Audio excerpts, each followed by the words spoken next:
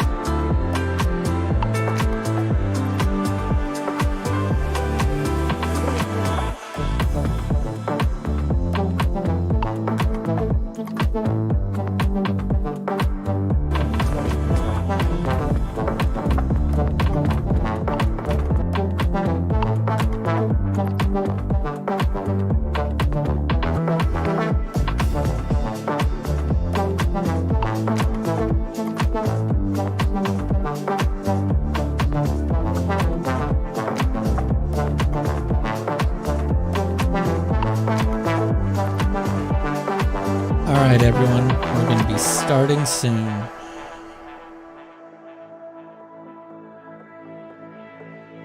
think I've got all my little bit of work that I had to get done to get everything going.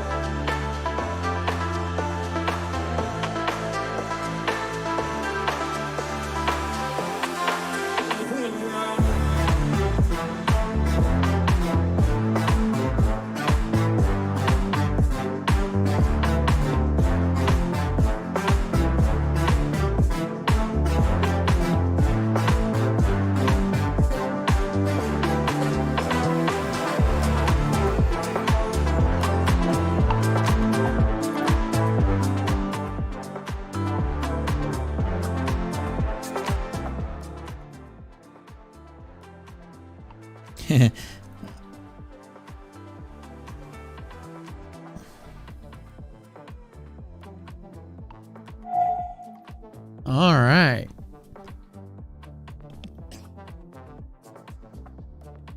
Sorry about that. I had to cough.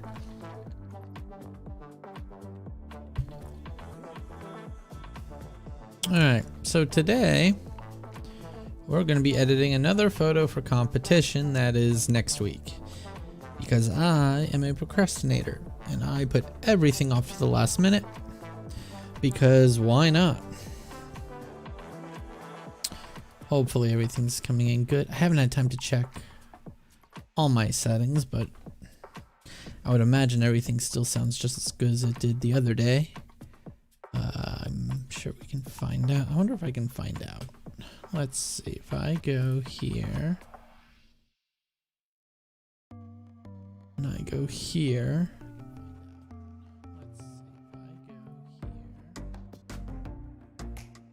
Yeah, I think it sounds okay. I'm just listening back to my stream. And I'm still not sure of that camera placement.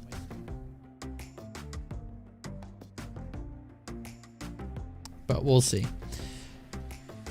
We'll see how that works. So all we need to do now is start the edits. Yeah. You know, I may have to have a separate scene for Capture One because Capture One is a bit different layout than Photoshop. Because there's some tools that my camera's blocking that I didn't realize that you couldn't see. And I want you to be able to see everything. So let's go into the studio mode. All right.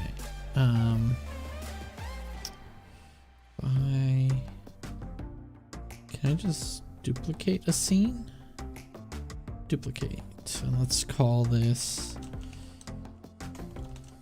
Capture One editing. And then we'll move that there. So Capture One editing. And we're just going to take this whole section and just move it there. Okay. Right, so now, yay, it worked. All right, so this will just help out so that you can see all the tools over here where I didn't realize that they were cut off in the last stream. So I just want to make sure that you guys can see everything I'm doing in this program in case I do decide to do more in this program than I've done in the past, which I don't think that's going to be the case. But you never know. We'll see how things go, how I feel. It's always a toss-up with what I decide to do. Alright, so, and if the music's too loud, please let me know, and I'll go in and lower it. I have it around the same level as last time, so I just don't, I just know we need things to fill the dead silence when I'm concentrating and burning and dodging and all that other fun stuff that goes into all this editing. So, alright, so let's get started. We should be about 2 hours, I would imagine. If this goes faster than that, then yay. If not, we'll deal with it then. Alright, so the first thing that we're going to do, and this is going to be a color image. We're going to leave this one in color, unlike the last one, which was black and white. So let's go ahead and do our normal adjustments. So we'll pull the white balance back just a little bit. We're going to pull the shadows up ever so slightly. Then we're going to pull the highlights down, which I don't think there's too many highlights in this image, which is okay. Then we'll pop the whites just a hair, and we'll pull the blacks down just a pinch. So does this not work anymore? I used to be able to hold down the Alt key and hit reset, and then it would show before and after.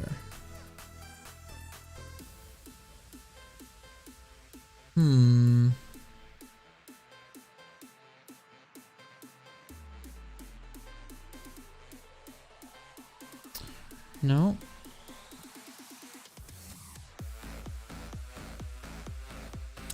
Did they change that? Let's see. View. Why? Is that what they did? Oh. That's different. I don't know if I like that. Full view. They added a key for it. Oh, gotta love Capture One. Okay. Alright, so then we'll pull the contrast down a little bit because we had some of that in Photoshop. And we'll pull the exposure up here just a hair. Alright. So then we're going to go in and we're going to manipulate the eyes a bit.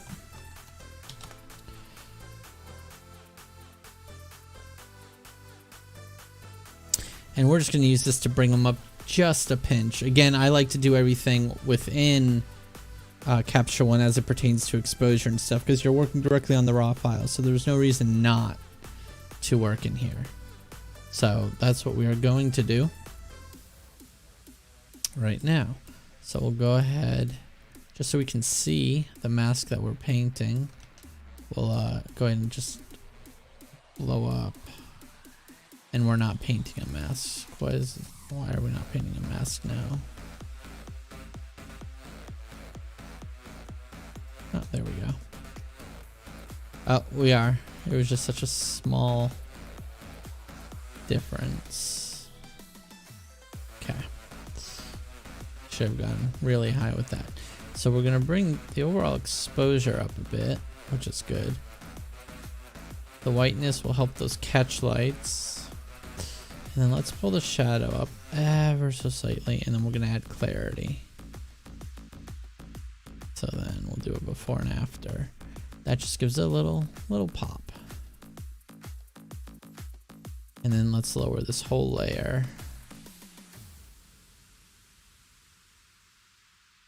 Yeah, I'm okay with about 73%. All right. I think we're almost ready to go into Photoshop, really. Actually, let's bring out some more detail in the shirt. All right, so let's create a new one, and we'll call this Peeps Clothing. Ah, nope, bad. Clothing. And then we'll go ahead and we'll make our adjustments, and then we'll turn the mask off. So let's go ahead and fill. And then we'll bring the shadows up. Again, I'm just focusing on these areas of the shirt because that's the areas I'm going to want to manipulate.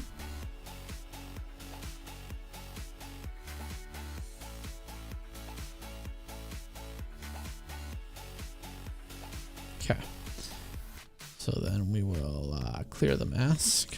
Come with our brush tool. And for this, we're actually I want to see the mask.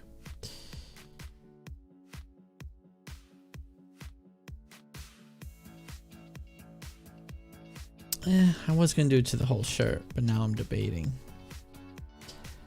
I am debating. Alright. So let's turn the mask off and just paint.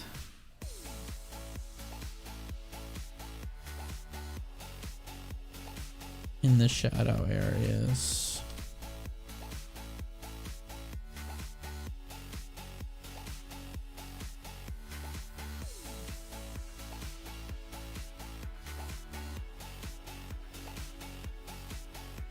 Okay.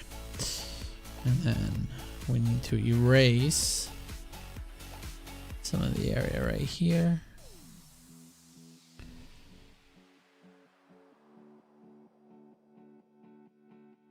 Brush a little bit more back there.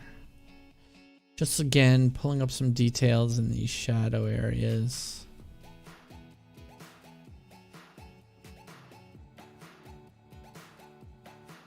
Okay.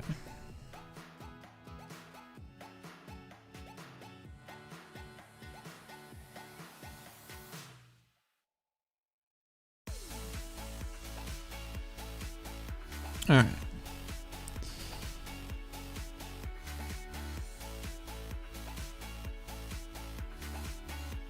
Alright, so let's bring this into Photoshop. Now normally on non-competition images I would probably go and do more stuff here, color correction and that kind of thing, but for something like this, where I know I'm going to have to do some heavy editing, or I guess you could call it heavy editing, you just want to make sure that you have a good clean image to start, and then you can do everything that you need to in Photoshop.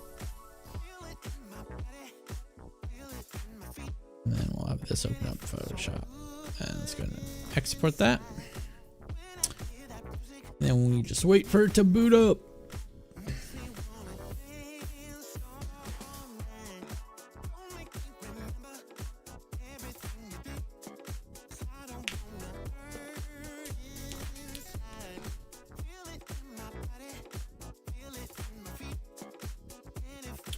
All right, so now the camera's covering the bottom of the layers palette, which, yeah, we'll go ahead and change it. And I forgot to turn on my stream deal, but that's okay. We'll work with what we've got now. All right, so let's get started. First step, of course, is the cleanup step.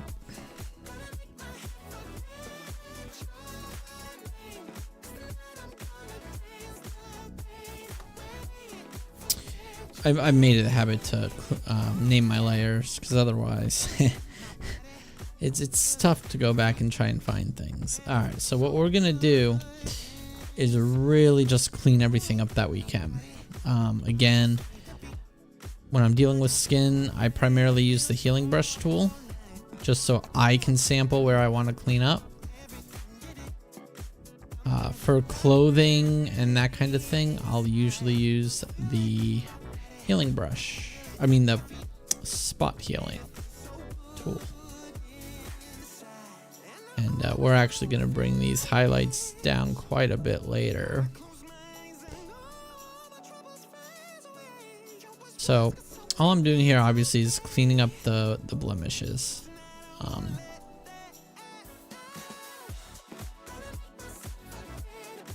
And we're actually going to create a new action. I should have it somewhere. I need to find it. We'll see if we can find it real quick, because I want to use a different frequency separation method. So we're just going to clean some of these more noticeable blemishes up. Clean up some of these hairs that we can. Oop. Go back over that.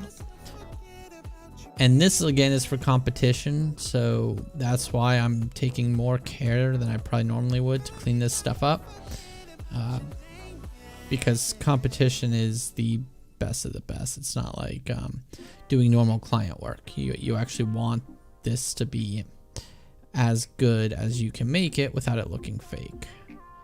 And so just by cleaning some of this stuff up, you can get that desired result at the end.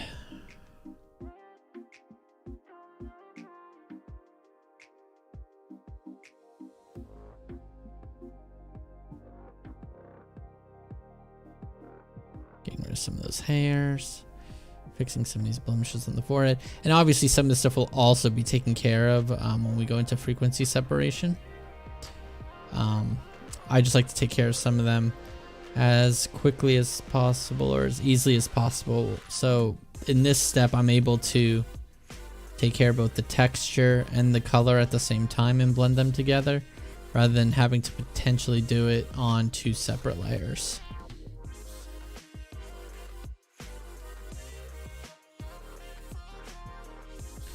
And we'll go ahead and remove some of her sparkles from the eyebrows because they just look like mistakes or some type of lens issue, which is just glitter. And can I just say how much I don't like glitter? Really, really despise it.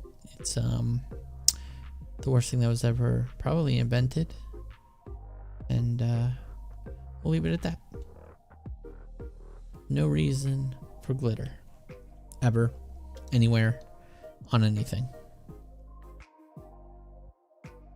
And her makeup has it in it.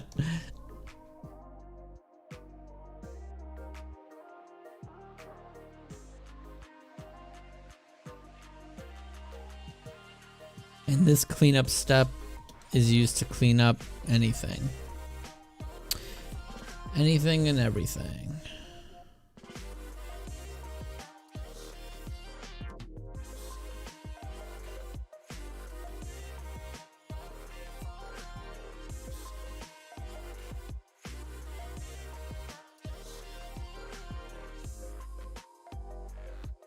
And we will use frequency separation to get rid of the mark from the bra strap. Get that cleaned up.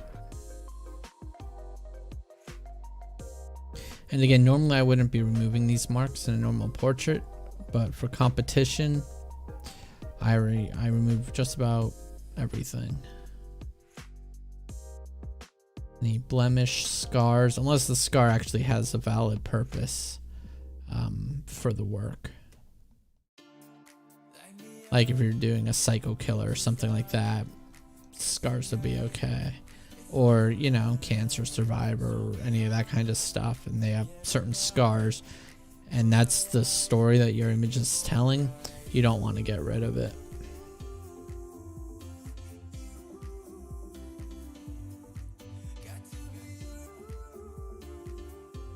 Okay, so it just cleans that up.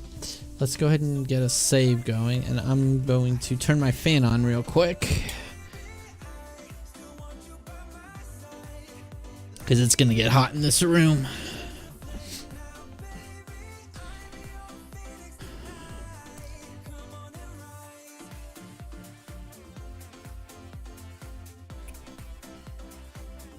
Alright, so let's go ahead.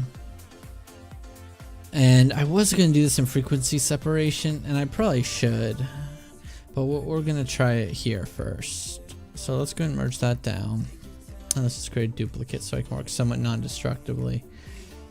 So what I'm going to do is I want to fix that mistake.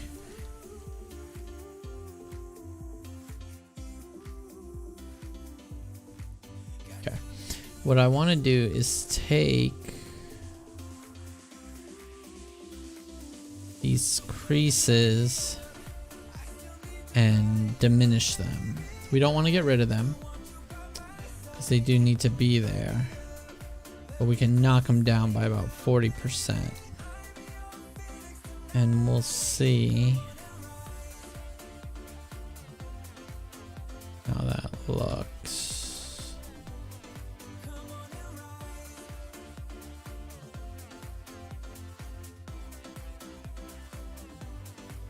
And I will do more in frequency separation to deal with them, if not outright remove them. But I'd rather see what they're going to look like diminished first. Okay. And I think this one can be removed entirely without giving it an unnatural look. And obviously this is going to get smoothed out in frequency separation. Okay. And we'll leave that in because that's... So now I'm going to do something I don't normally do, and that is liquefy. Actually, let's see how this works on this.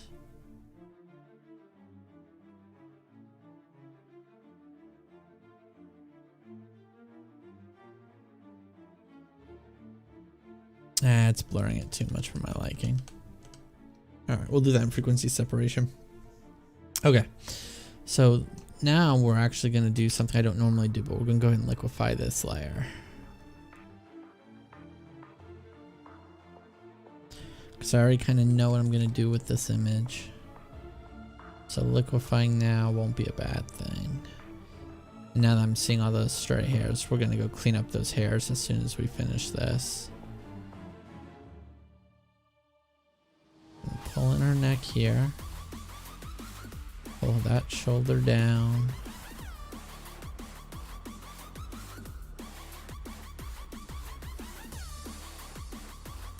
We're gonna leave this alone. Round this shirt. This isn't actually that part of her body, but we're gonna make it look like that. It's just how this shirt was hanging.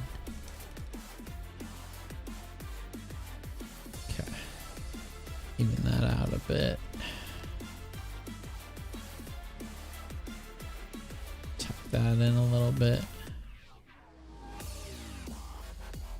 Okay.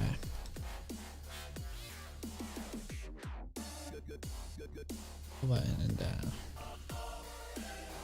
Alright, so before and after the liquefy. Looking nice. Alright, so now we're going to do another cleanup step and fix those hairs, because I did not realize how bad they were. So for these, we're probably going to use spot healing.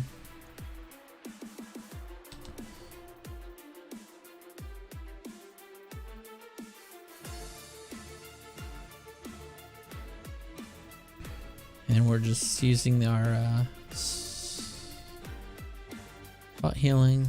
I rotated it on its side to give me a different viewpoint, to kind of help me out a little bit. Sometimes your eyes can get lazy when looking at the same image all the time because you're used to seeing how face is, how a head is, how hair is. And so this can give you a slightly different perspective. I hope that's the word I said. So that you can then determine what needs to be done to the image. And again, we're going to take care of some of these crosshairs. Hair is probably one of the most tedious things if you don't know how to keep it in check. And obviously in this shoot we did not keep it in check. I mean, we had her flipping her head around and stuff all over the place, and obviously this was just a normal personal shoot, so we didn't have a hair makeup artist on site with us. Actually, she is a hair and makeup artist, but it's hard to do your own hair and makeup. Alright, let's see what we have. I'm just going after the big stuff. Now, do I want to remove that entirely? It's a very good question. Let's see.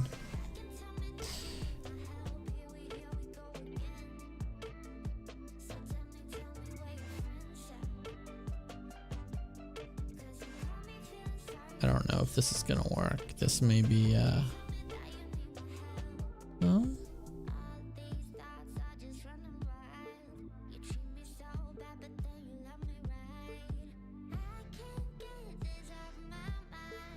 Huh. Okay, I don't hate that.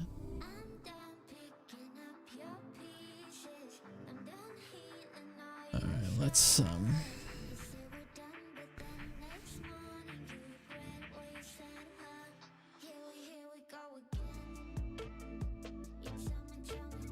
Alright, so I think we're good there. Does this kill the light on me too much? No, okay. My my light's just getting in my eyes a little bit more than I would like. But the fact that it's still hitting me right now, I feathered the light, so we should be pretty good there. Okay, so this way I can see my screen a little bit better. Oh, no, I almost screwed that up.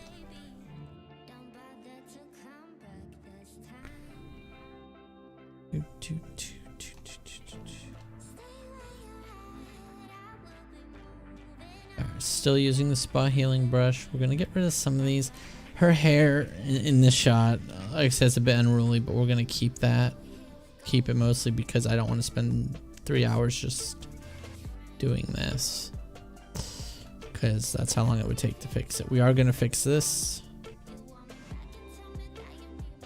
and I think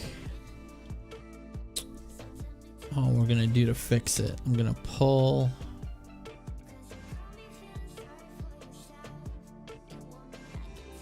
piece of her hair from here. We're gonna move it on top, put a mask on it, go back to our normal brush tool, fade off the edges and blend it in.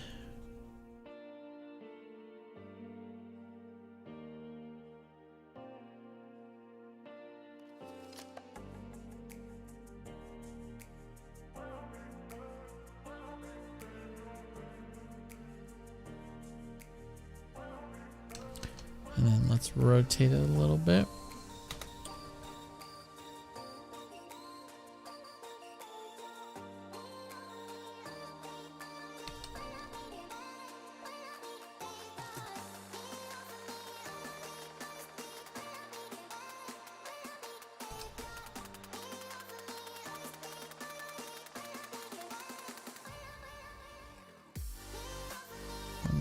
Let's see.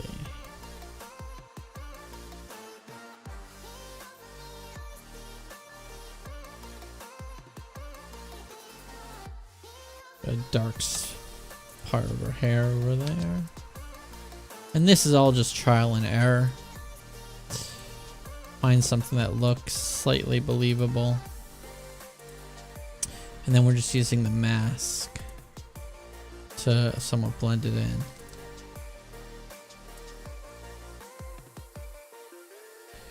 And let's enlarge it a little bit more.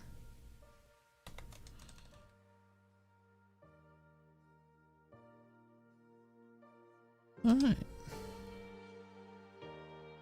That doesn't look too bad. And then what we may do is then come up to our cleaning and just do a broad stroke there and see what we get here, just to create some sort of difference. Yeah. Okay. So then the next step is to get rid of this part right here, and we're going to do the same thing. We're going to pull this part of her hair.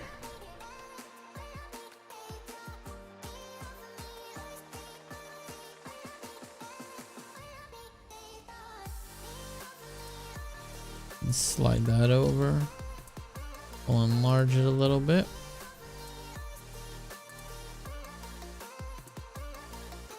Mask, and then using a black brush, blend.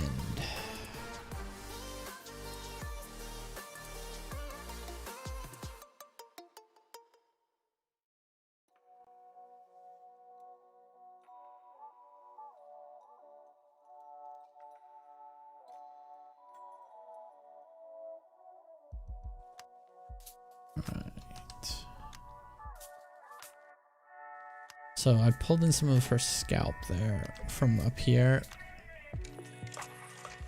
It was looking weird. And yes, that's what we call it, looking weird.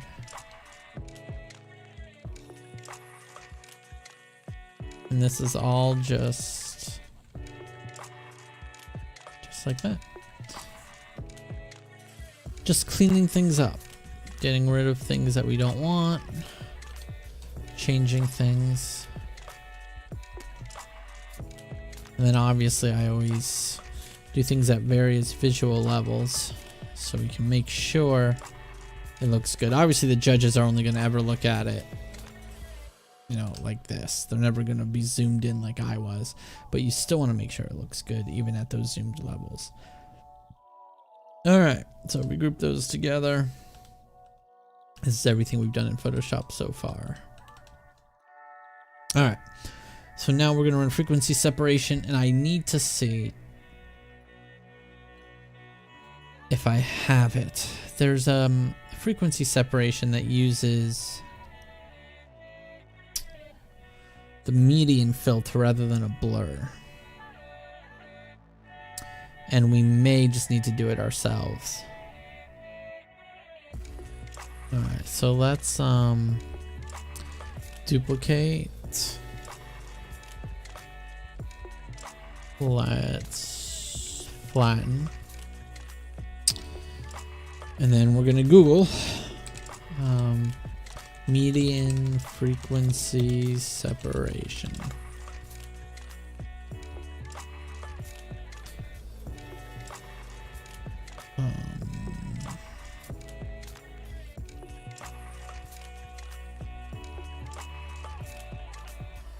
All right.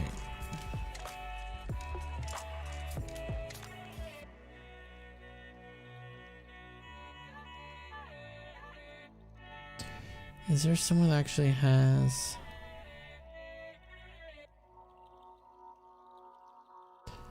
I watched a video on it earlier. I wonder if maybe it would be on his if he put the actual specs for it. Let's see.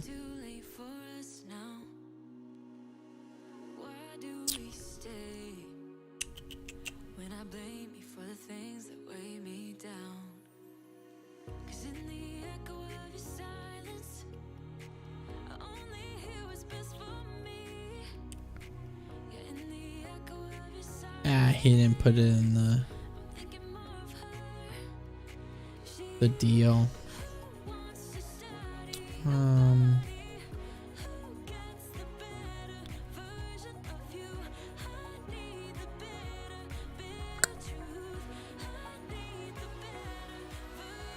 Let's see here. All right, let's just follow along. I mean, this is really the only way to learn. So let me pause the music real quick. In 8-bit, there are other videos on the channel that will explain that and how to process images from Adobe Camera Raw into Photoshop as a 16-bit image. So once we've named our action, we have a couple of little different options. We can give it a function key. Okay, so let's see here. We're going to create a new action. We'll call this frequency 16-bit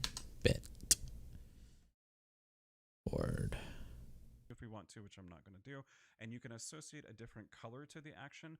This is if you use the actions window in button mode instead of the standard viewing mode. All right, let me mute. I don't know if he'd want his stuff in my stream, so I'm just going to mute it for right now.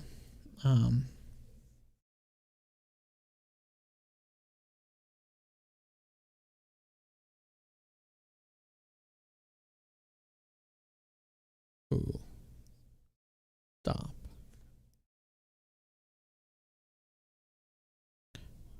Or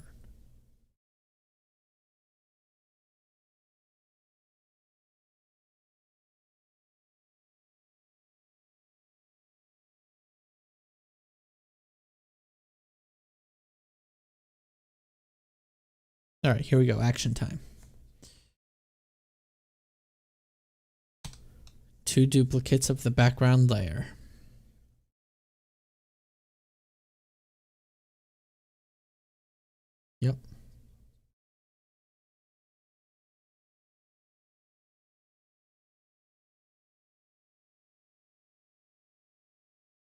Main color layer.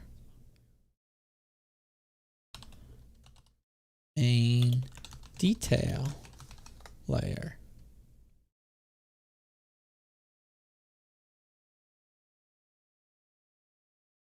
Turn off the top layer. Click main color layer.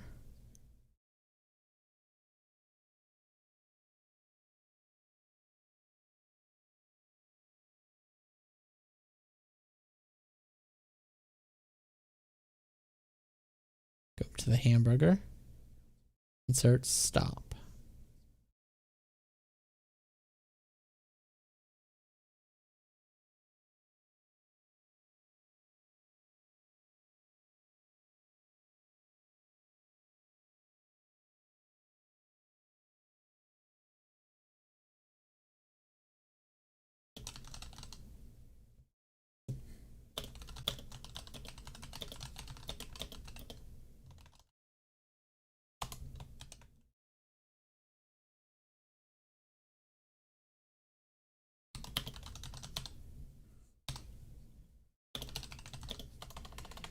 Okay, we don't need to do what the rest he's saying.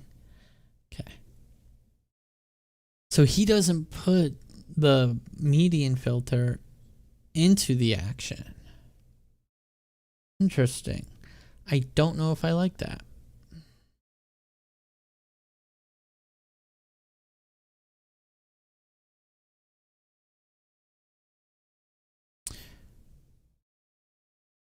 You know what? Let's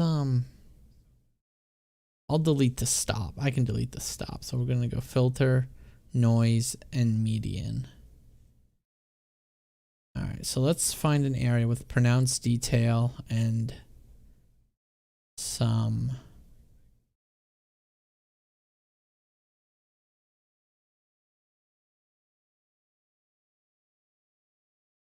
okay. I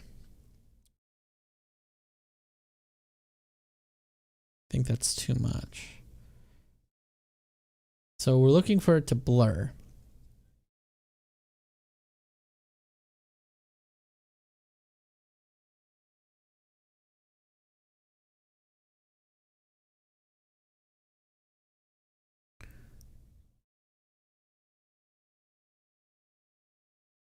All right, so we're looking for where the detail is being blurred, but you can see the underlying color. I know this is a little weird. I should have done this before, but I got home late.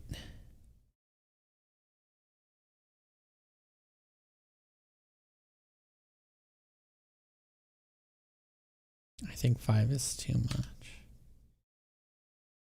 I think 4 is gonna work. 4 or 3.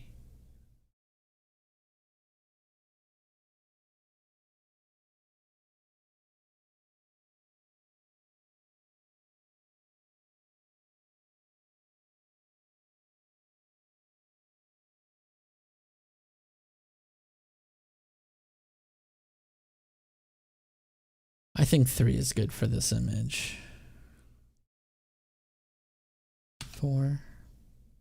Nope, 4 is better.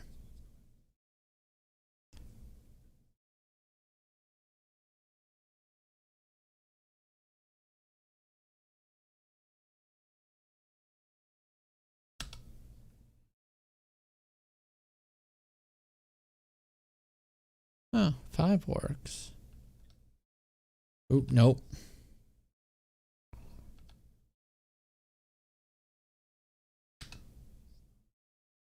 Okay. I think 4 works for this image. I'm just looking at the details here and the blurring. Okay.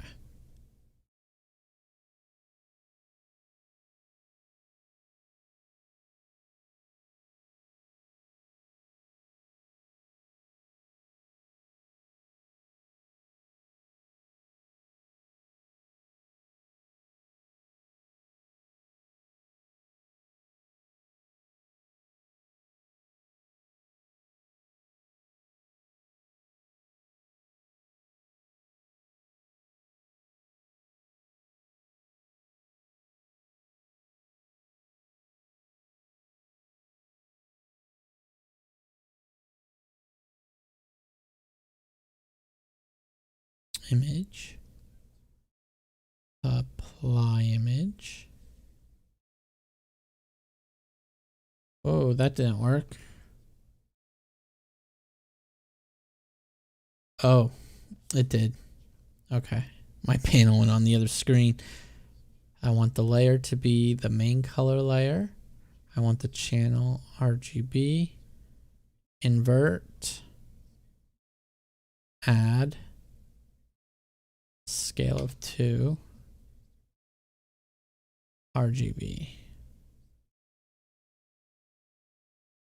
Scale 2. Offset 0. Okay. And then I think this goes to linear light.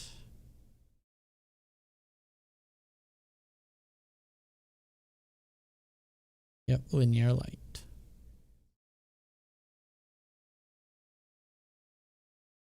Okay. So if I zoom in and I turn that off, there we go.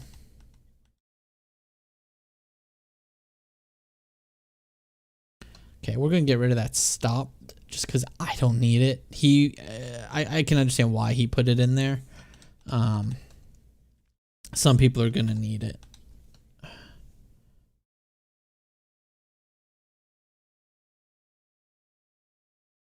Okay.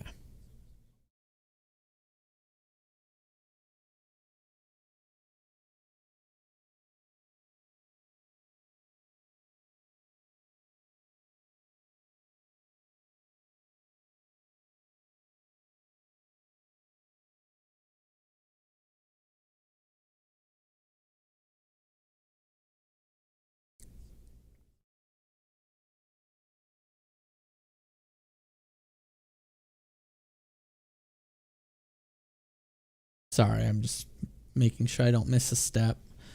It's been so long since I've had to create this action by hand.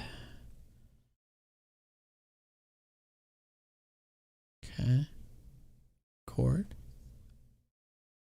In color layer. Duplicate.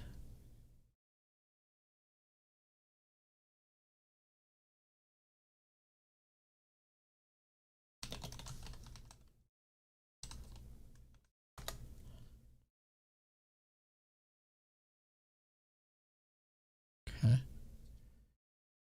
Off.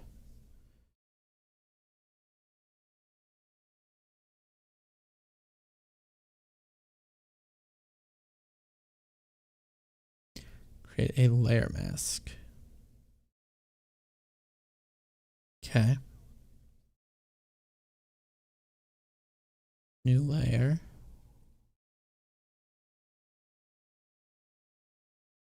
Paint here.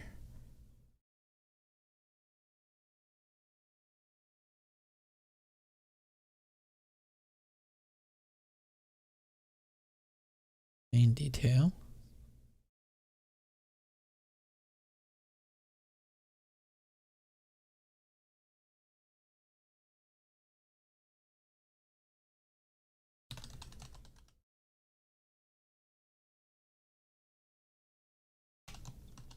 Detail. Layer. Back up. Turn off. He uses a black and white adjustment layer. I don't like black and white adjustment layers. I don't think it works well. I just use a black layer set to color. And I'll explain that in just a second because that's actually something pretty cool to understand that I saw from another retoucher.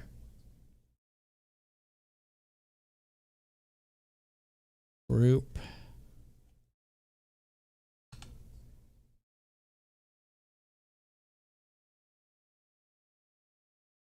Let's see, freak. Sep. 16-bit. Okay. Stop. All right, so I have my action. Okay, so let's make sure it worked. So we will turn that off. We will come here. Let's turn him off. Let's turn you back on because, no music sucks. I know. Sorry about that. All right.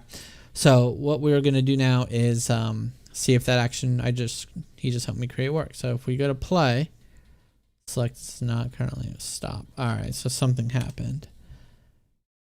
That could be messing things up. Let's just drag it over here to save it. Let's see here. Frequency. Okay, so what we need to do on this is turn that on. So now if I run it, okay, it lets me now choose this dialog before moving on. And let's go up to 5 and see what happens. Or 4, 5, 4. Now I thought I needed to run this again.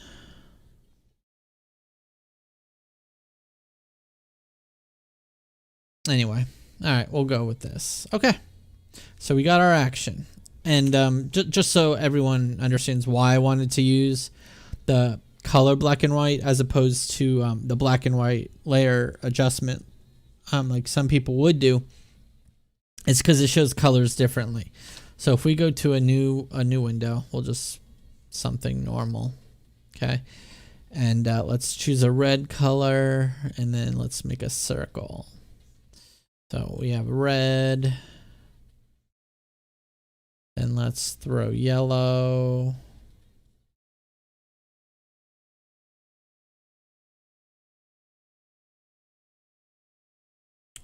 Yellow. Why are we still red?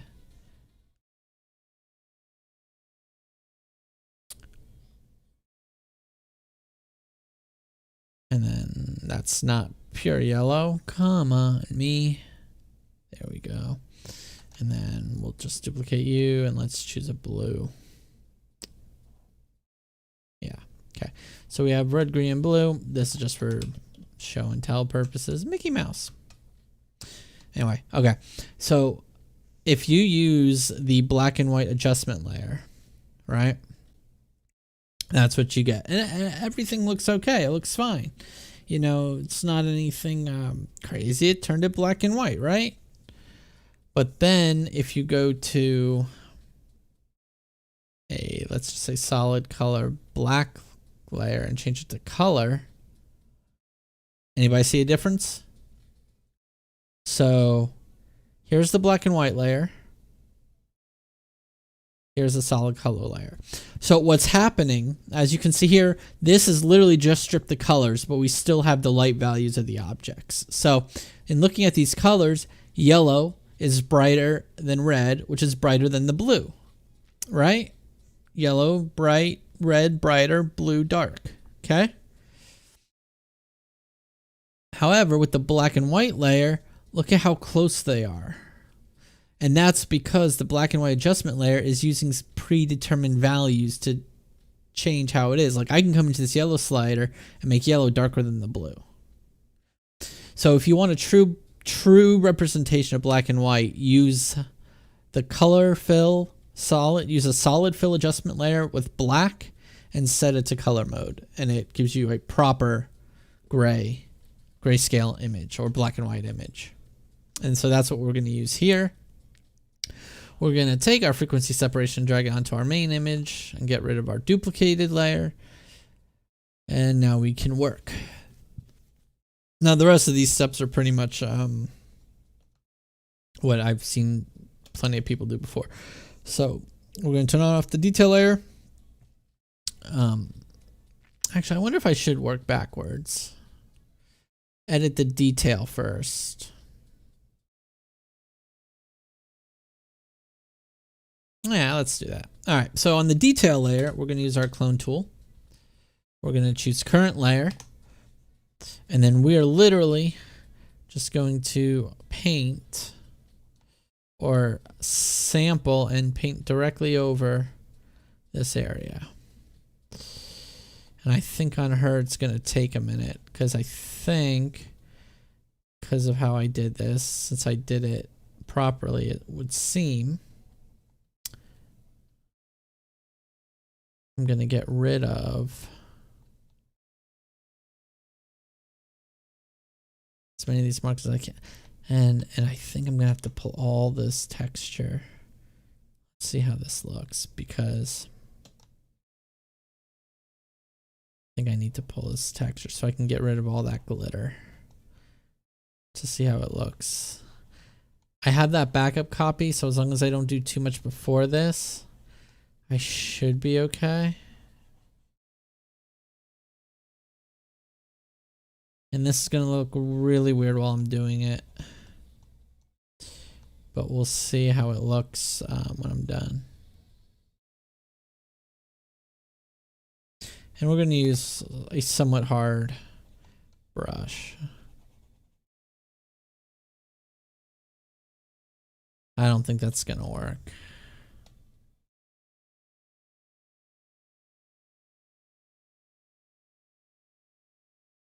Well, we'll see, because we are seeing the underlying color now.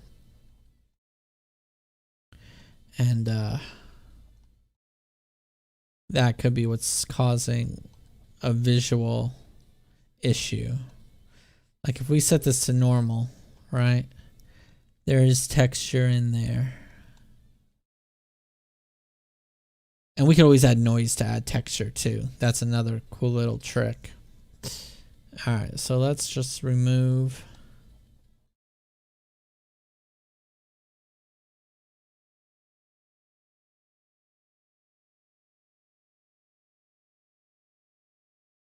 this texture. We'll go a little further down on the cheek, pull that texture in.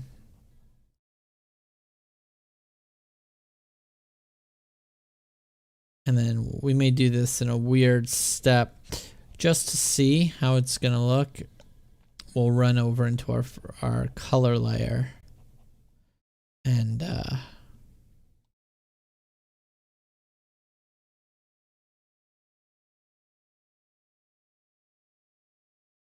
over into the color layer and see if smoothing this out helps, because it looks rough right now, but that's only because the area underneath that was super splotchy.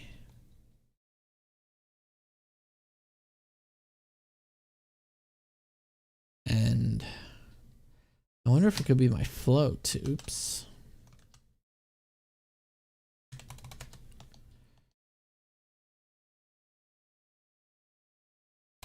I wonder if it could be that I had such a low flow.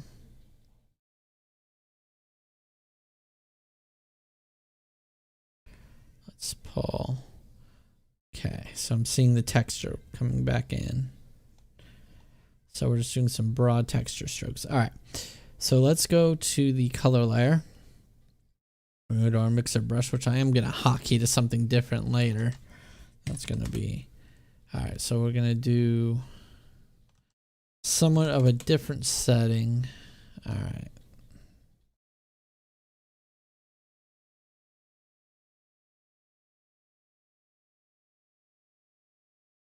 And let's just paint over this area. So all I'm doing is I'm clicking on the color that I want to load into it and bring up into and blend into the other areas. So this darker color here I'm using now to blend in here. Then I'll come up to this lighter area and I'll blend it in here. And we're just going to do that over this whole area. So now I've got that darker skin color right there. Then I can get this darker. Oops. So now I have the darker area again. And then we'll come into this lighter area. Start blending that. We'll come here, get this color. And we'll get that color. So basically what we're doing is we're grabbing areas and just blending them together.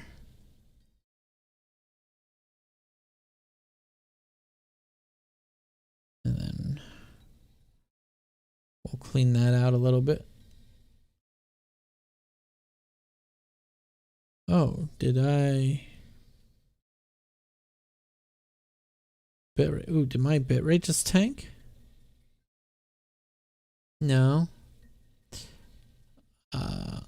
What happened? The audio stream. Oh. You guys. Shit. I forgot to unmute my desktop audio. I'm so sorry about that, guys. You guys were just listening to me babble on about absolutely nothing. I guess my voice isn't entertaining enough for the stream. It literally gave me an error message. Okay.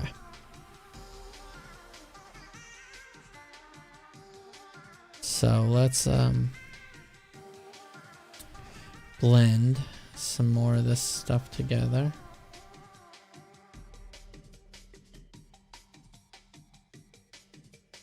I want to pull some of this darker color this way and get rid of some of the weird stippling going on there. So we'll pull that color in there. Alright, so if we zoom out and we do before and after, yeah, and then I add my detail layer back.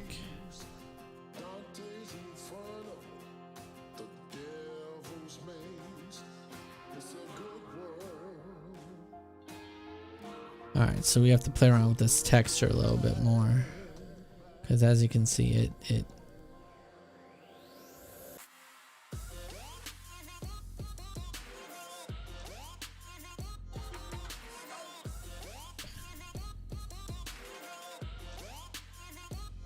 alright.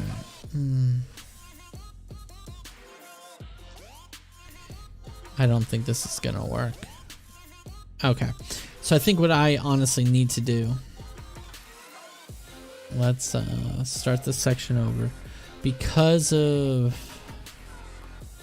all that specularity right there,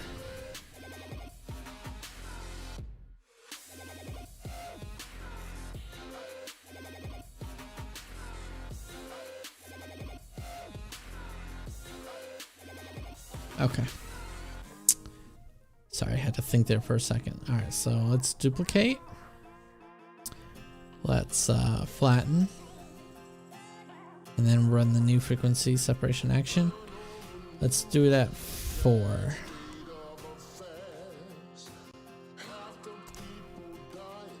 Okay. Then we'll throw it back onto our main document to do the actual editing and close our duplicated document. Alright, so then we'll come into, I'm going to do my color layer first. And we'll see how it looks after we get this done. Alright, so we're just going to come through just like before. Same process. Just smoothing out transitions on either side.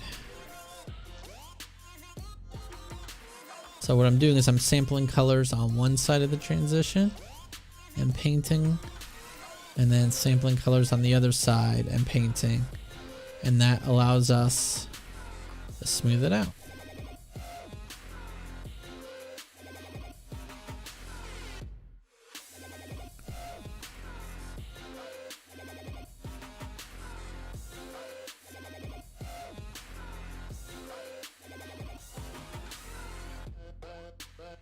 Obviously this is like a little bit of a tedious process, but this process is actually kind of fun because you get to actually visually see slowly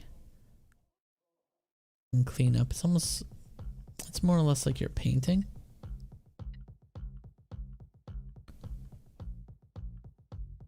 Which is always fun. Always loved painting as a kid, although I can't draw to save my life. But painting's always fun. I didn't even have to do work that day, except the paint, and mostly the teachers didn't care what your stuff looked like. Alright.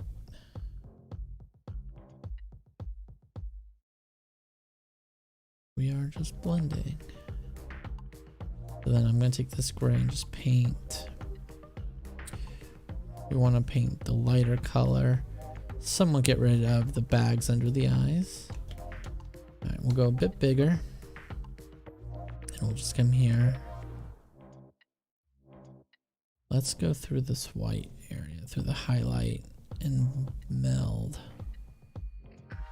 the highlight together. Take all this stippling that's in there.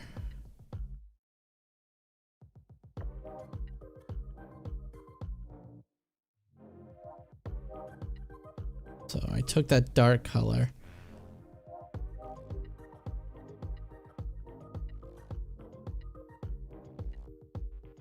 And what we also can do if we need to, if this goes a little too far, is we can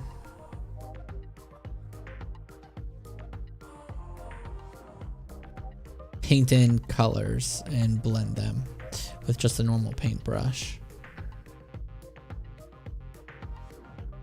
But for now, this is gonna work out okay. Again, for a competition image, I don't need to keep things too true to form, so to speak.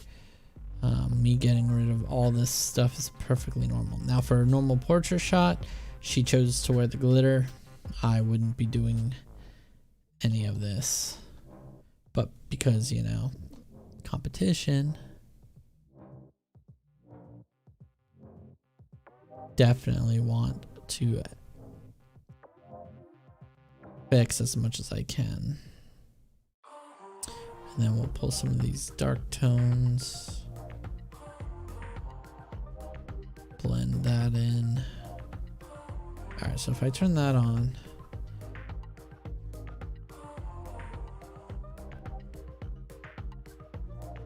if we turn the black and white off, let's see how we're looking. Alright, so I need to pull in some of the darkness here.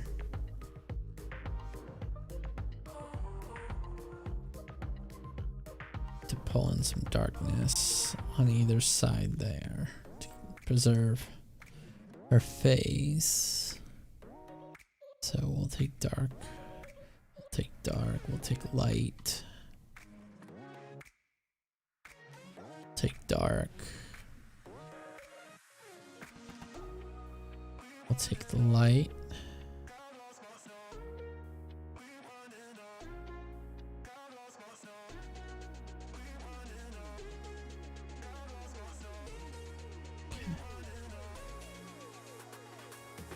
We'll blend that. Try and keep her cheek structure intact if we can, which we can because we have full control. Come into the chin. Now I'm lifting after every stroke. Okay. So now let's come to the other side, zoom in a little bit. And let's take this color up into those bags.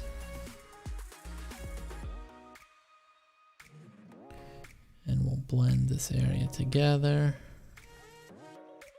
Now we're going to be careful around the edge.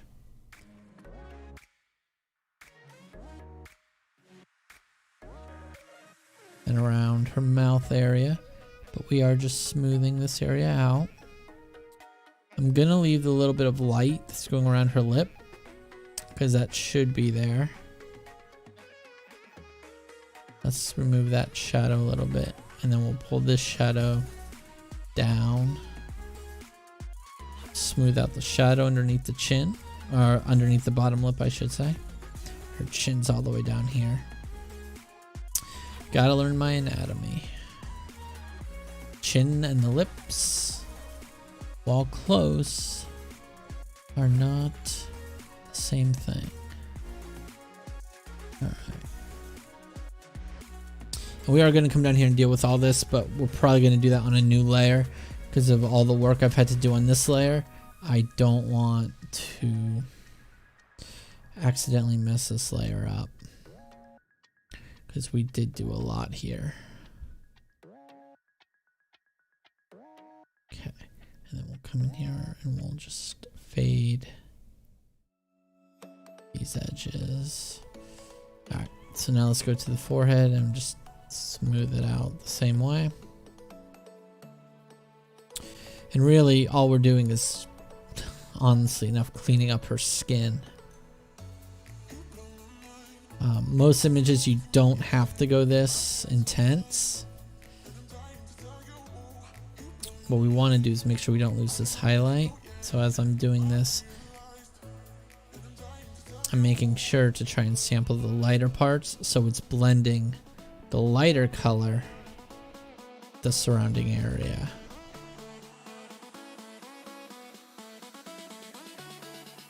And then we'll start blending the darker parts.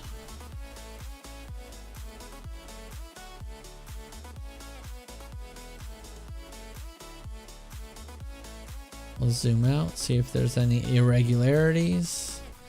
I'm not seeing any. And remember, the texture layer is turned off. So what that means, pull some more darkness in there. All my texture is still there. All my skin texture is still there. It's just turned off so I can actually see what I'm working on.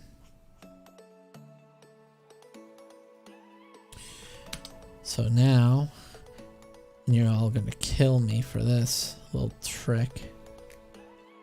Make sure we pull in color from here. Slowly paint. Then color from here. And slowly paint. Ever have trouble getting rid of those pesky tan lines?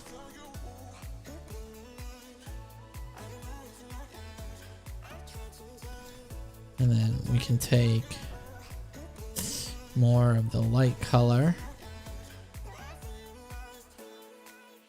And we're actually going to back out and we're going to blend this area too.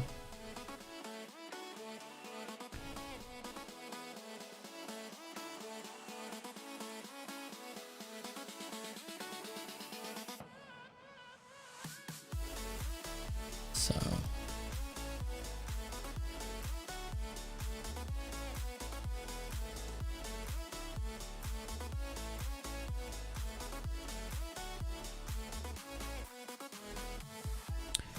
and this just gives us a nice clean transition. And again, this is for competition. So I want this image to look as good as it possibly can, which is why we're doing so much in this step. And to be fair, we are manipulating it quite a bit. But that's okay for this.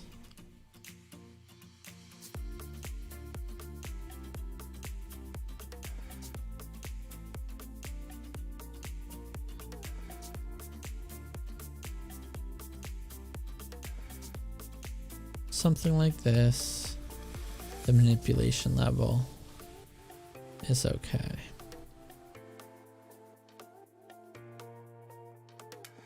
It's also good to know the mixer brush is very GPU heavy. So if you have a somewhat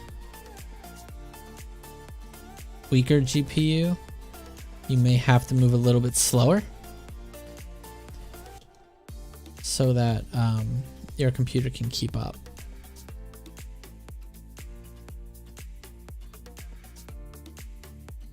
But,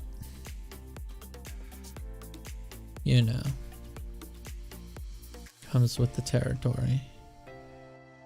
Alright, I want to smooth this area out a little bit more.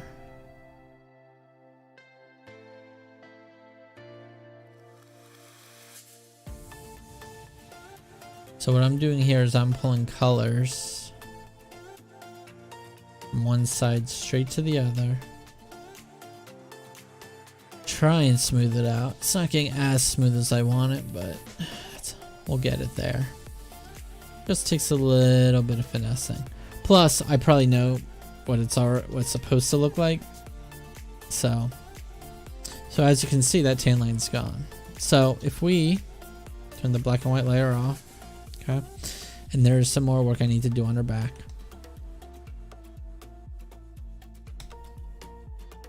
before, after. So I do need to clean up that area on her chin. So now the question is, do I pull the darkness forward, put her in more shade, or pull this back and open it up? That's what we have to figure out. Alright, but we're going to stay about right here while we do this. For the back, I am going to pull more of the lighter color. And like I said, if I need to add more light color, I will. Alright, so let's see. Let's blend top to bottom here. And just see how that looks.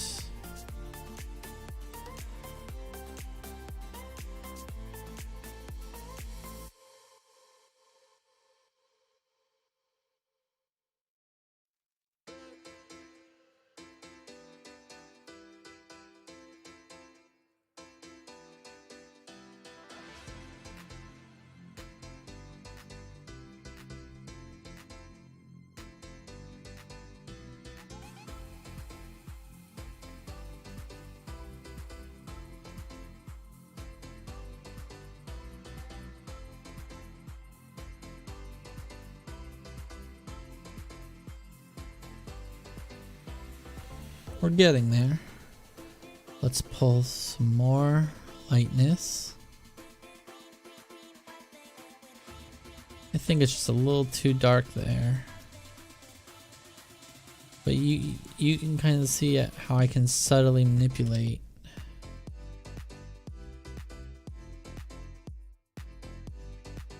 There we go. I think that looks much, much better. We kept the tone of her face, but we just smoothed it out. Nice cleanup. Alright, so there are a couple of more things. And this is where the black and white layer is really helping me. It's letting me see more of the differential. And I do think we're going to do some painting here in a second.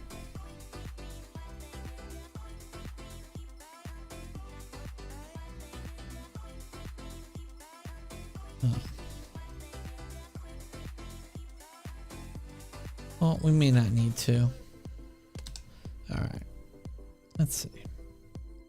Now, we'll do some dodging and burning, and that's when we'll fix that. Okay. So now let's go into our next phase, where we're going to start. So I didn't need to do what I originally tried to do, because the specularity isn't all that bad. One thing we may end up doing is applying a slight blur to this area. Because we're not going to be able to remove the texture, because there's no other texture on her face that's going to match that. And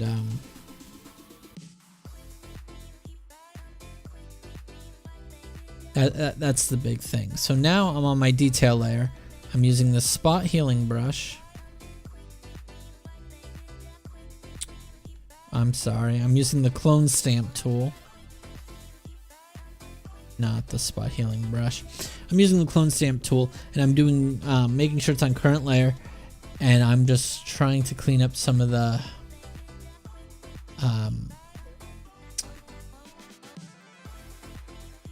more messy areas of the texture, not the color, because now I'm only affecting the texture of the image. I'm not actually affecting the color.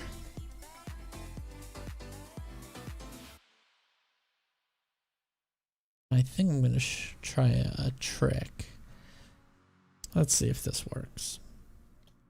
Alright, so if I duplicate this, I clip it, and then I turn it back to normal. Okay.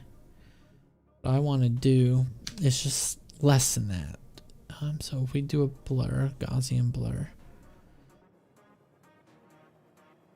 we do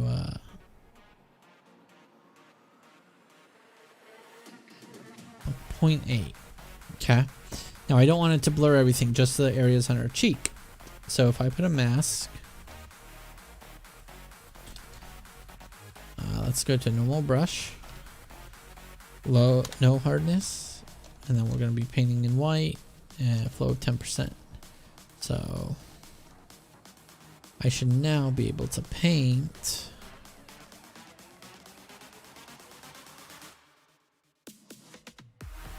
those areas and tone them down. Yeah.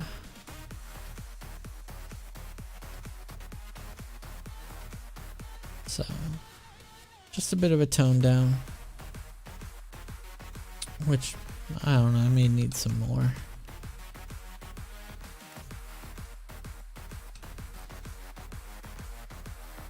You know what else someone said? Let's try this, using the mixer brush. Let's see what happens if I...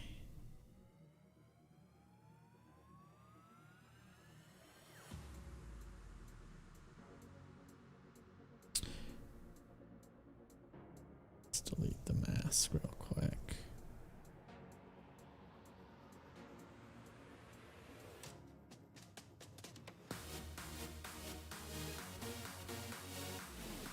I just start blending.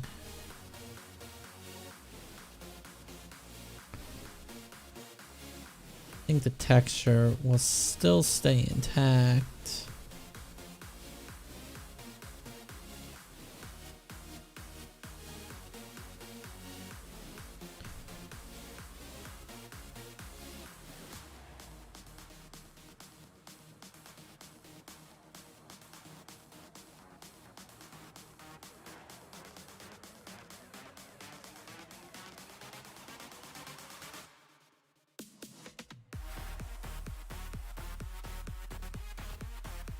Alright.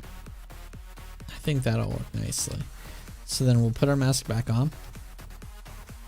And we're going to paint. I really need to hotkey that. Let's do about 20%. Flow. And I only want it to affect this area here. So we're getting a slight skim blur. And we're getting that texture reduction. But there's still texture. We're just reducing it a smidge more. Alright. I think we're looking good there. Okay, so before and after frequency, there was a lot of work done on this one.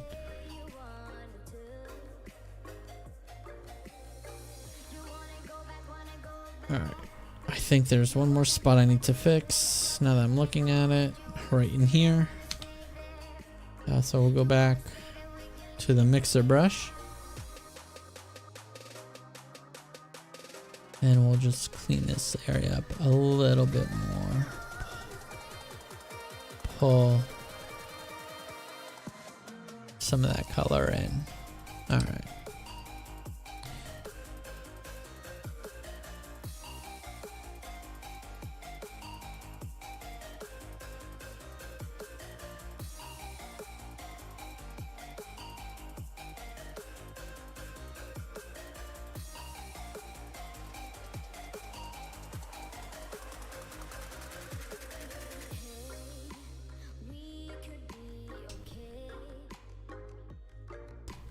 Alright, turn that off.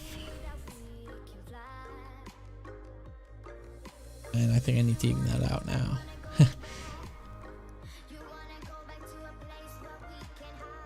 Okay, let's leave this on.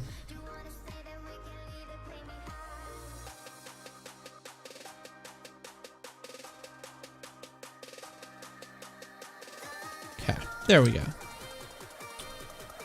Texture on. Frequency separation is done. Let's save.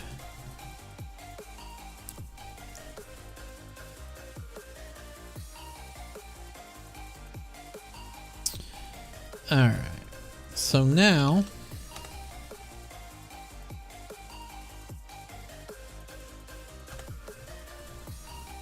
let's go into her eyes.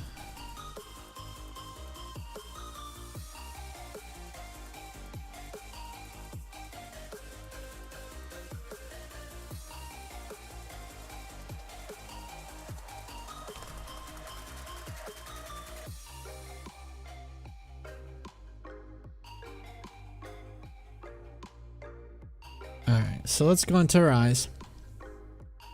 And ooh, nope. Let's clean up that hair first. And you're gonna be amazed how we're gonna go to the main detail layer, and we are just going to sample. Because ooh, let's careful. That was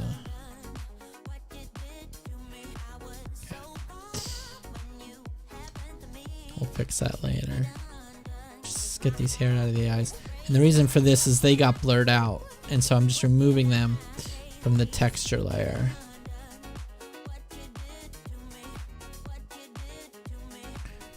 So as long as I'm on that gray texture layer, I can do whatever I want. Now it created a little gap there, which we'll fix in Liquify. It's not something I want to fix here.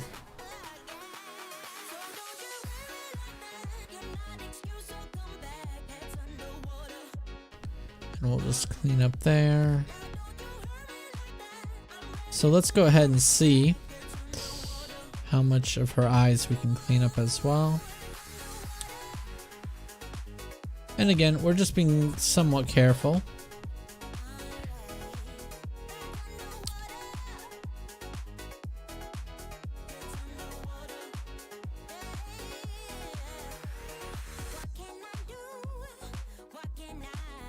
And we will use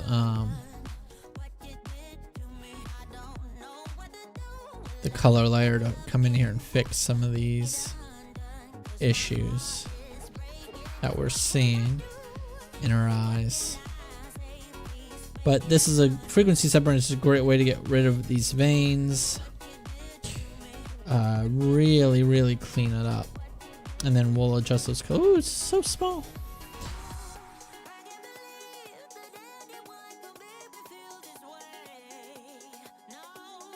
And all we're doing is taking samples from a clean area and then just painting over a non-clean area. And because it's a clone stamp, it's just creating a direct copy of whatever we're sampling. And a lot of this is color that I'm trying to see if it wound its way up. It did not, which is good. Alright, so if we turn those off, do our color layer, back to the mixer brush. Now here, we're just going to blend the edges. I don't want to remove too much of the other stuff in the eye, because otherwise we may make it look a little too fake. But we can definitely just kind of come in here. See, like I accidentally did that there, but we'll just paint that back in.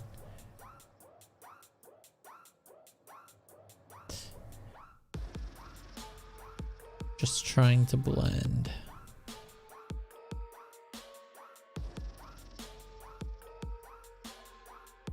And actually, you know what? We're gonna go a different route with this. We're gonna go onto our paint layer on top. So the first thing I need to do is make sure that my 5x5 all averages. Okay. So what we're going to do, let's go down to a 10% flow. I'm actually gonna paint. So I'm gonna take this color and paint a little back here. I'm gonna take this color, paint here, take that. And I did that a little too much. Let's go 5%. Blend it back. Just to clean her eye up a little bit. And we are going to mask this just a hair.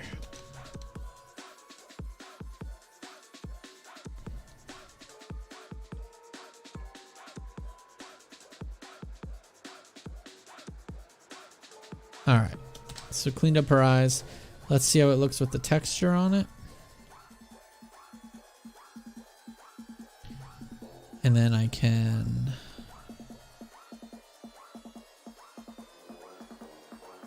Perfect. Looking good. Alright. So now we're going to liquefy her eyes. And then we're going to do another cool step. So let's create a duplicated layer. And we're going to come in here. Do a rough selection of the mask of her face. And I'm only doing this because liquefy has to be done on a flat layer. You can't do it non-destructively, unfortunately. So we're going to zoom in.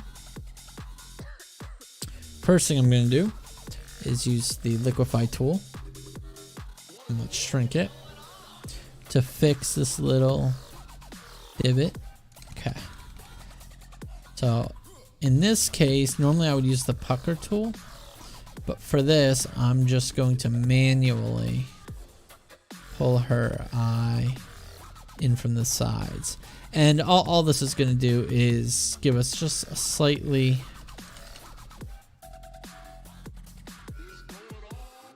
bigger iris, a little bit more color to it. By manually doing this, I have a little bit more control, and I can make sure it retains its shape.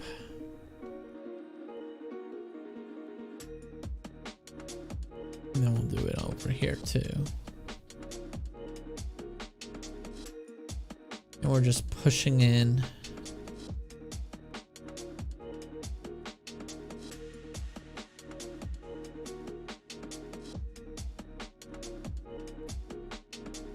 Just like so. The trick is to just be a little careful and to make sure you don't touch the top of the eye where the eyelid is, because that's usually a dead giveaway when something's been manipulated.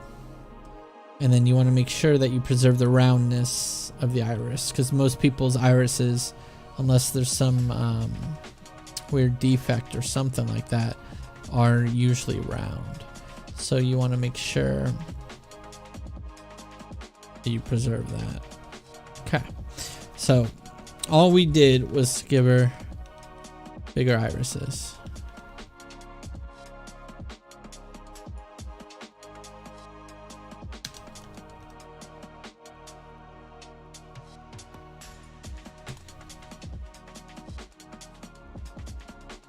Okay.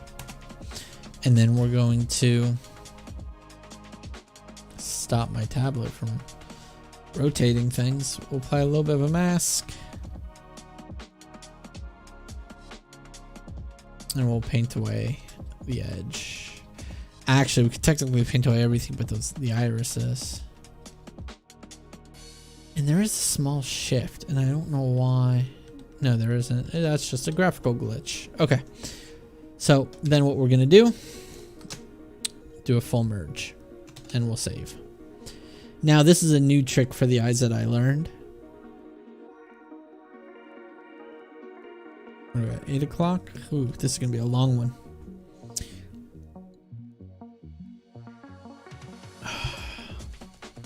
Alright, so. It's not done saving.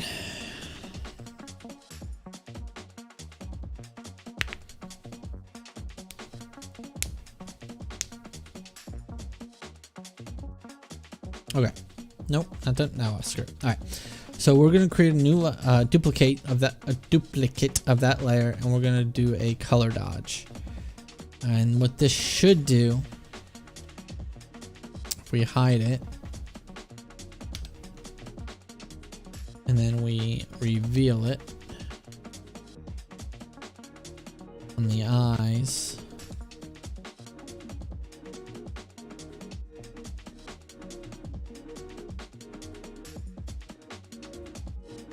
Should give us a nice coloring of the eye because it's just using the natural color. Yeah. And then we'll paint it off of the bottom of the eye there. We'll come here. And we'll do the same thing. Now the reason this is good is because certain people, their eyes have different properties. So this is going to help you enhance said properties. Okay. And then we're going to come down here, do another duplicate, Put it on top, and this I'm going to do a color burn, and this will burn everything. And then inverse layer, and then here is where we're going to enhance around the edges. Make sure the pupils are nice and dark, and then we'll come into the iris and paint some of the darker lines, because when we paint the darker stuff, it makes the lighter stuff look brighter. Pro tip. Okay. And back there, I almost forgot that. Okay. Then we'll go to this side and do the exact same.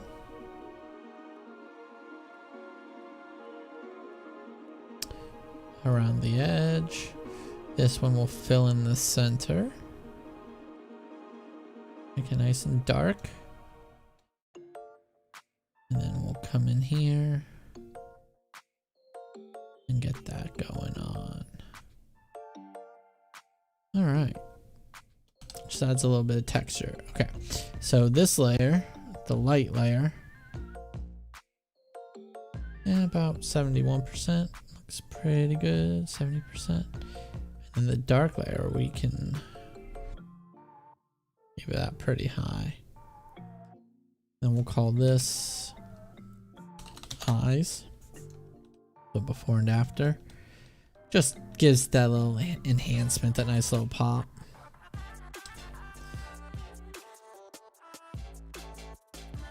Okay.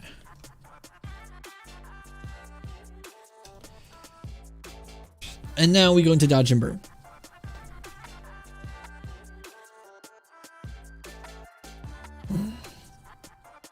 And for dodge and burn, we're gonna do curves dodge and burn. Be our best bet. We're just gonna enhance certain areas.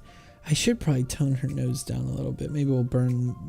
No, we'll just bring the cheek up a little bit.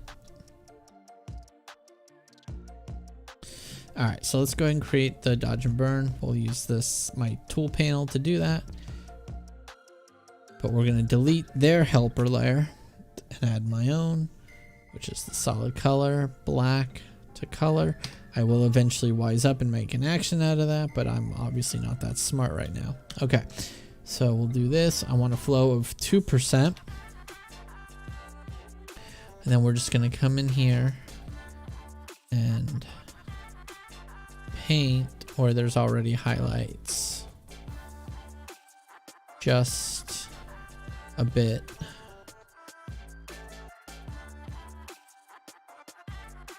To enhance the highlights.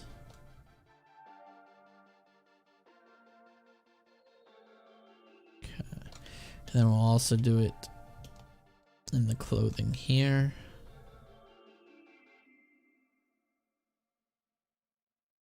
Just like so. Okay. Oh, I didn't take care of the neck like I wanted to. Alright, we'll go back to that. Alright, so now we're gonna burn. First thing I'm gonna burn are her lips. I'm gonna darken down, except for the one area right there where there's a highlight. We're gonna leave that and dodge that. Boom. Then we're also gonna burn very small, just under the lip.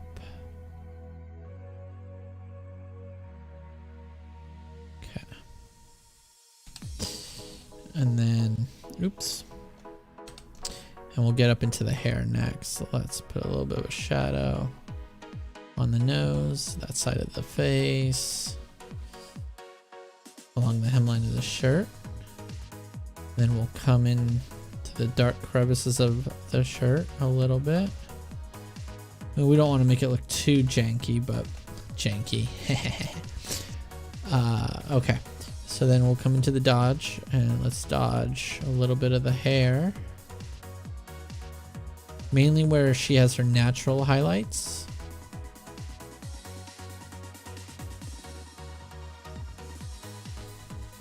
And then we'll burn other parts to help accentuate those highlights just a tad bit more. Okay. So black and white version of Dodge and Burn, before and after. Just adds that little bit of 3D pop to the image. And then if we turn the black and white layer off, which we're just going to leave that there in case I need it some more. Beautimous. I'm really liking that. All right, let's take care of that neck deal. And then we're going to go into some color toning, and I think that might be it. And then we're going to obviously separate her from the background and do some adjustments to the background. Let's, yeah, let's...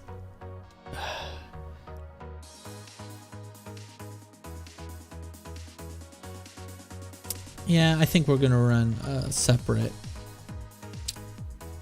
Yep, let's run another frequency separation. I know I should back up, but I have a flattened image there, so I definitely don't want to do that. So we're going to duplicate, and then we'll run the frequency separation action. Oops, stop. I forgot to flatten, so we're going to duplicate and then flatten. Hey! JV Films and Melodic. Wait, Javaris, is that you?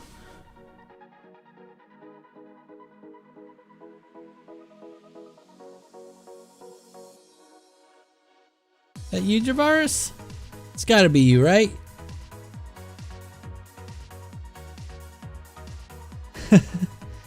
Can you hear me? Oh yeah, there's a delay. I forget there's like a 6-second delay. I'm over here talking and you're not responding. I'm like, does he even hear me?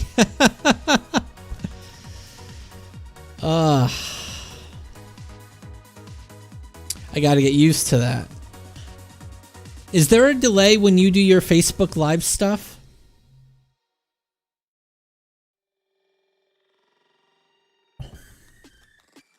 Oh wow. I don't think this delay is that bad. I think 30 seconds would drive me nuts. Is the music too loud? Or is my mic too loud? I know I talk pretty loud.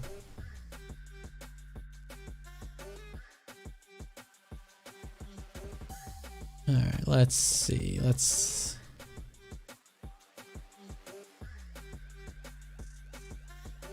Was that in Hans? Facebook, not really, but YouTube, yes. Yeah, I have a, Okay, good. Yeah, I have it set, on YouTube, I have it set to low latency. There's different latencies you can set it to, but ultra low doesn't support, certain things, but I may do that next time, because ultra low is almost instantaneous, and low, there's about a 6-second delay here. But what was I doing now? Oh yeah. So let me show you what I've already done. So this is the image we started with, and this is where we're at right now. And this is for competition, so as much cleanup as I can do. So the before and where we are now. So now what I'm going through and I'm going to do is reduce this part of her neck.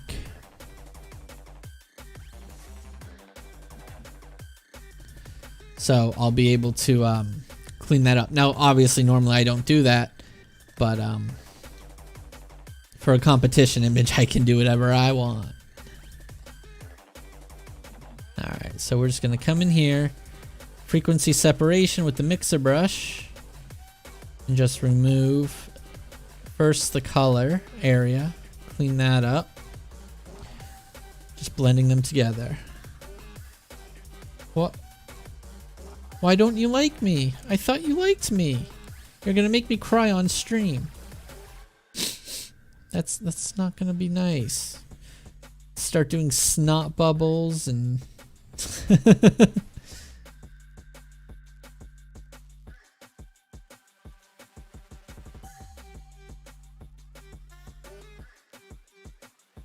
I meant to do this in an earlier step, but I just plain forgot. Luckily, I can do it whenever I need to. So now let's pull some of this dark color to help blend this together. Then we'll blend a little bit there. Then we'll come through and blend some more. Let's blend that in.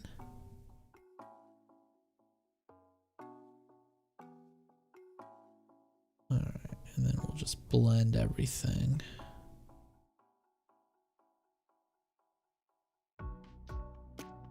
Oh, yeah, right?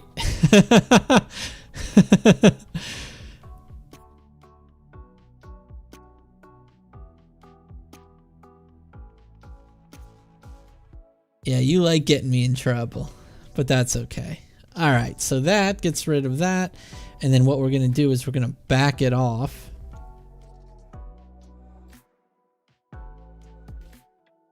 Just so that there's a faint hint of that crease there. All right, so let's turn the texture layer back on, and then I do need to come in and remove the texture from it, which I don't think there's that much of it. Yeah, there's not a ton of texture there, so.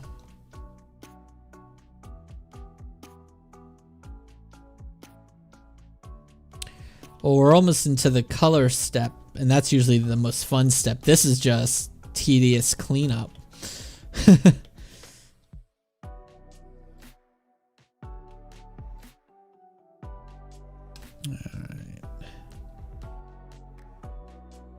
Make it almost gone. Okay. And then we'll turn that black and white layer off. Pop that on there. Delete that because we don't need that anymore. Alright, I don't need that color fill anymore either. Alright, yeah, that looks pretty good. That looks so much better. Alright. So let's see our entire before and after. I think I'm really happy with that. Alright, so let's start color. So let's actually do this a better way. So we'll do a quick save, and then we're going to start a new document to do the color. That way I'm not killing my computer, because yesterday it took forever to do things after a certain point. Because you know me and all my layers. So have you done any new shoots since quarantine hit? Because I have not.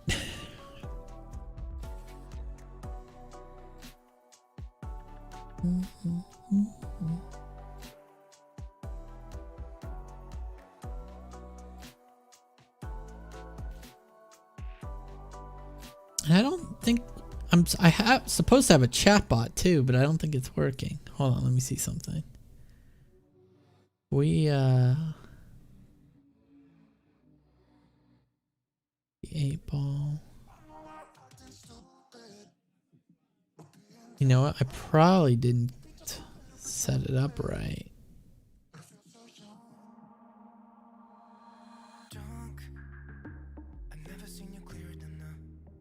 Let's see. I will say something. I really like this music from Epidemic. It works great for videos and... Oh, graduations. Yeah, I could easily see graduations. Yeah, you're right about that.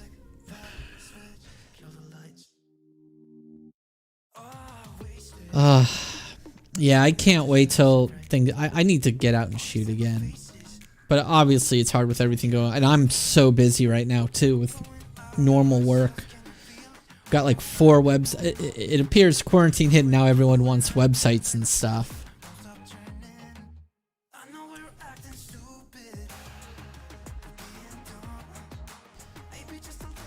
Alright, so we're saved. So what we're going to do is we're going to do a quick save as. And we're going to call this color.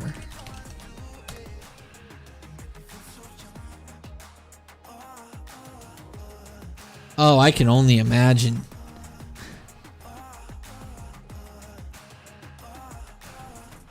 I can only imagine how much use you would make out of something like that. That's just...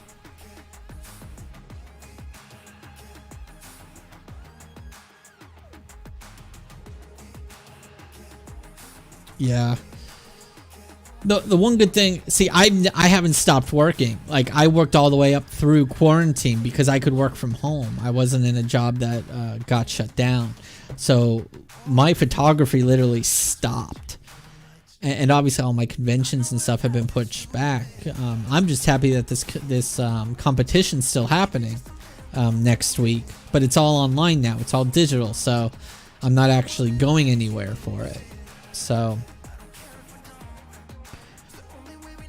but we're going to need to set up some type of group shoot, get like 3 or 4 models and go somewhere once things die down a little bit more.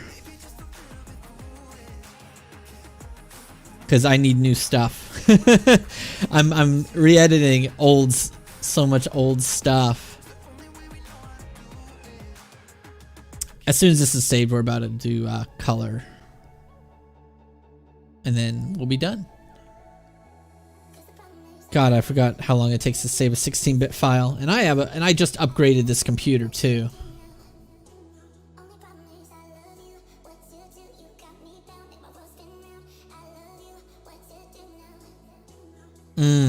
Yeah, I could see that.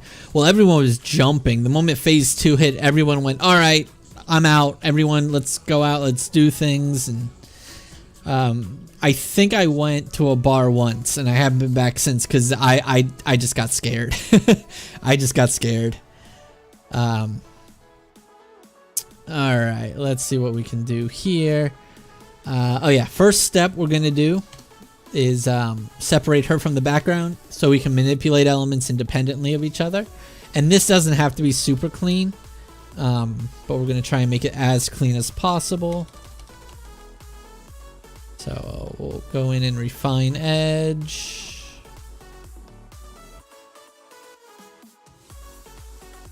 And again, doesn't need to be super clean. I don't like what it did to her hair there. Ooh, ooh, no, bad me, bad me.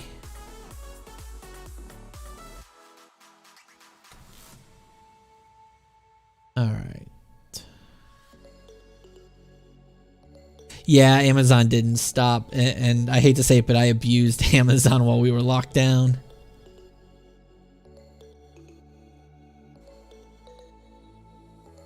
All right.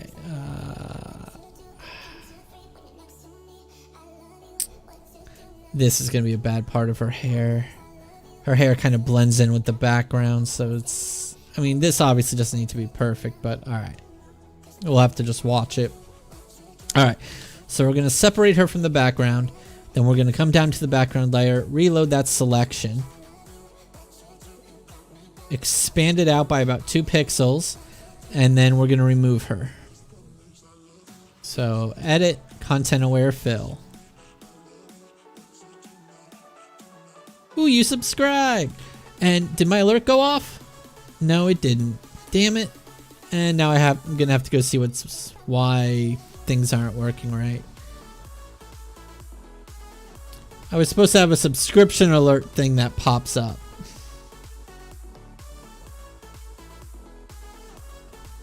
Let me see if I can find it. Hold on one second. Edit. Unless it just didn't go through yet. No. Settings. Subscriber alert. There we go. Yeah. See, I can emulate it. Huh.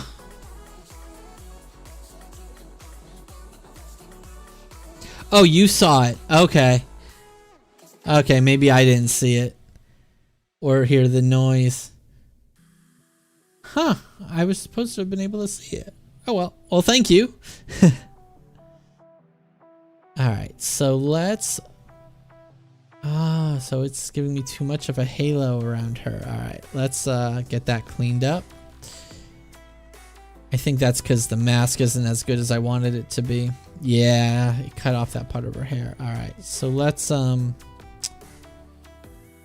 back here. lasso and add this into the, we'll just freeform this a little bit.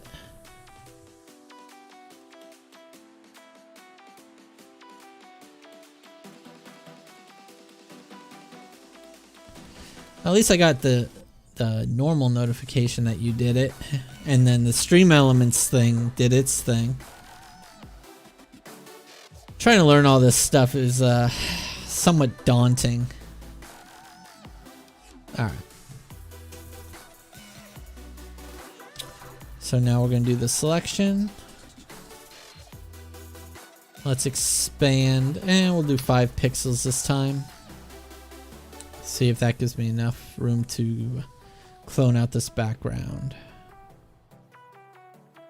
Close enough, I can heal those edges. Alright, so what this is going to do is give us a clean background. And the beauty of it is it puts it up on its own layer.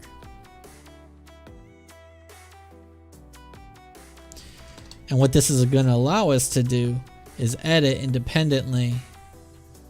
Oh, I see what happened.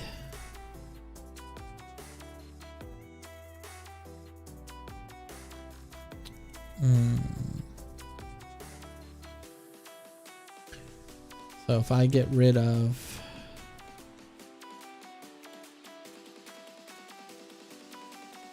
this section, and then I turn her on. Oh, still looks clean.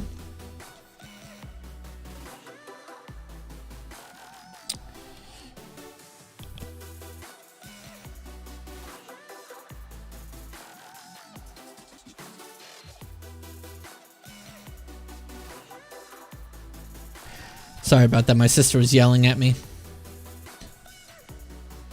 I locked her out of the room, so mainly so my dog can't bother me while I'm doing this, because my dog has a bad habit of doing that. Alright, so now all we're doing is cleaning up these edges that the content aware just didn't get rid of. And what this layer is going to allow us to do is manipulate the background independent of the subject, so we can make sure the mood is right. And this doesn't have to be perfect because she's going to be in front of it covering it up. Alright, so let's start with the background. Let's do a curves.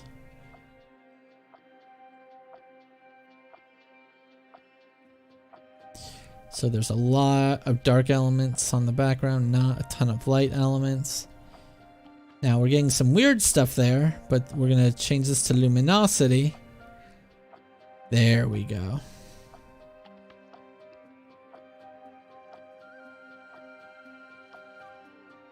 Then we'll just balance that out a little bit. Okay. And then we're going to add, actually, okay. And then we're going to add a gradient. And we're going to turn this into a nice radial gradient. Right behind her head is perfect. We'll change the main color. Actually, no, let's not go that route. Let's do... Alright, let's do an actual painted gradient. We're going to set this to soft light.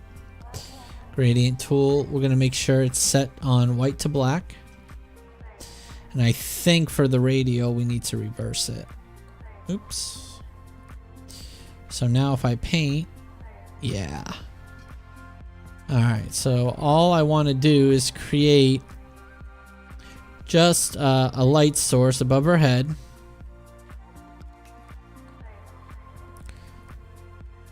Yeah, that looks pretty good. And then because it's soft light, it's acting kind of like a weird layer. And then we'll just... It's set to soft light, so the darks are darkening and the whites are brightening. And then we're just going to manipulate the background just to create that little bit of effect behind her. And then what we're going to do is come to her layer. We're going to use another curves adjustment. We're gonna lighten her face just a touch. Okay.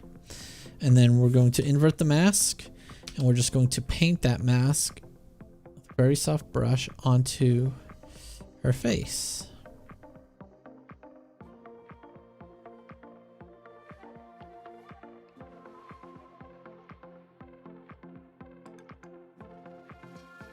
Okay.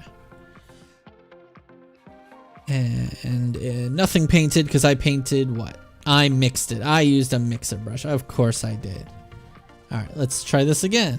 Let's paint the white onto her face.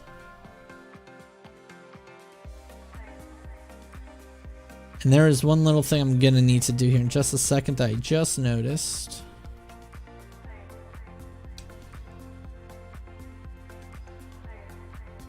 So we're just brightening our face a little bit. There's a slight discoloration, I think, right here, which I know the judges will ding me on.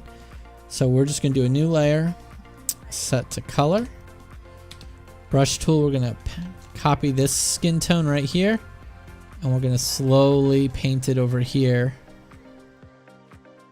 See if we can't blend. There we go. Nice little blending. Okay. That was just throwing me off. It's very subtle. Okay. We'll go back to the face brighten.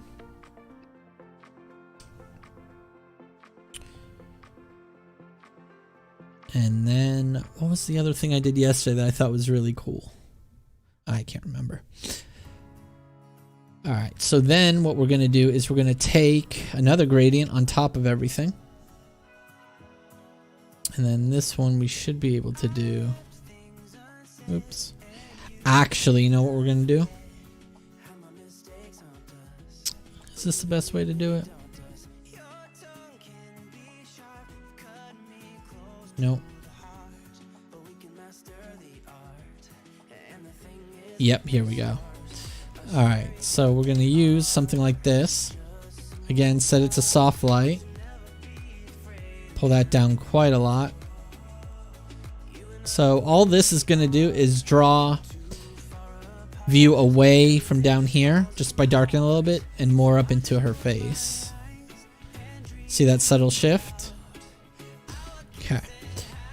And then I think I need to adjust the skin tone on her back a little bit. Actually, let's do an overarching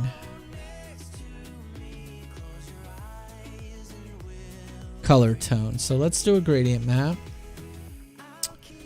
Let me see something.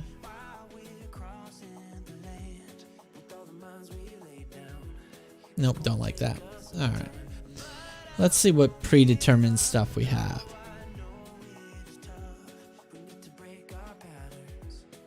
If you've never played with a gradient map, Javaris, I highly recommend that you do.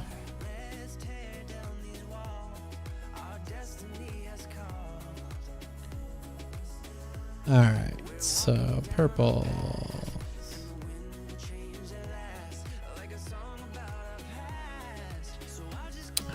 Is there an easy? Oh, yeah.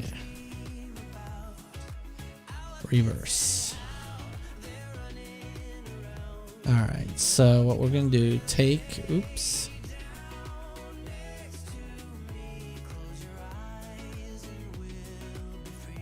So we're going to take this color and darken it. And we're going to take this color and lighten it.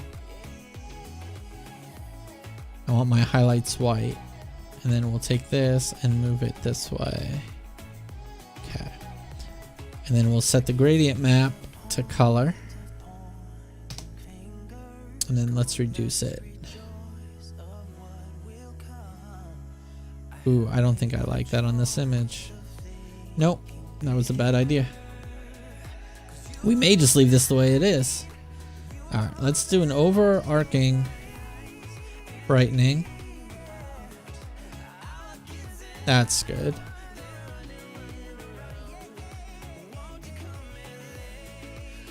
So let's see here. Before and after. And then just these color adjustments.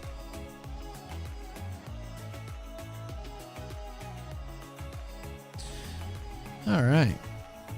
So then one more thing we can do that I've learned helps out quite a bit is reduce some of the contrast in the background. And actually, the background may be a tad too bright. So let's do a curves adjustment. Pop it down a little bit. Yeah. All right. And then we'll take another curves adjustment. We'll level it out there. And then just ever so slightly pop that.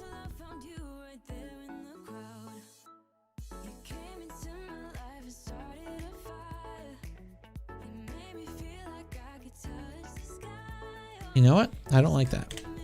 Delete that. One more thing we're going to try. Let's merge that. Let's turn it to a screen. Reduce it. And let's enhance her eyes just a hair for this.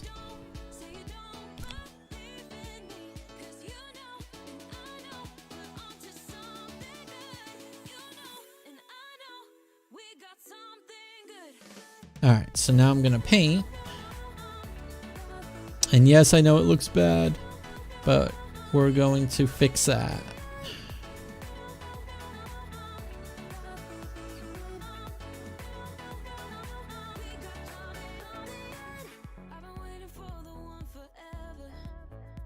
Alright, so we're just painting in the whites of the eyes.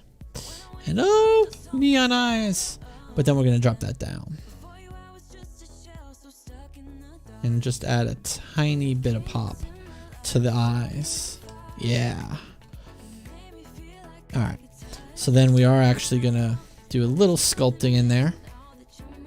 So we're going to create a soft light, 50% gray layer.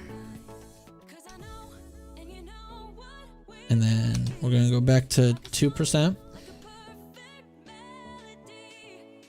White and black. So we're going to use black to enhance this shadow, because there's always a shadow on the top of the eye.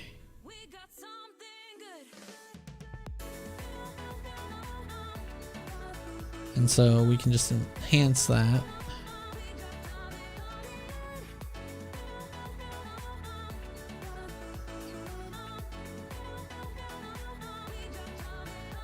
Just add a little bit more dimension to the eye.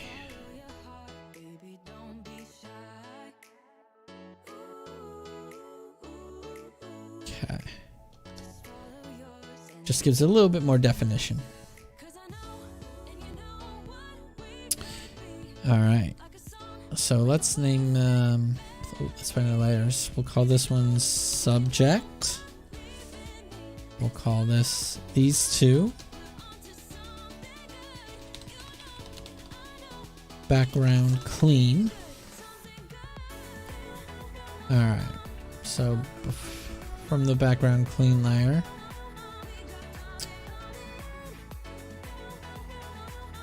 oh,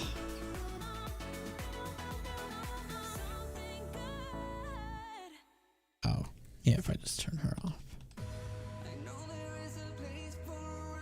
Okay.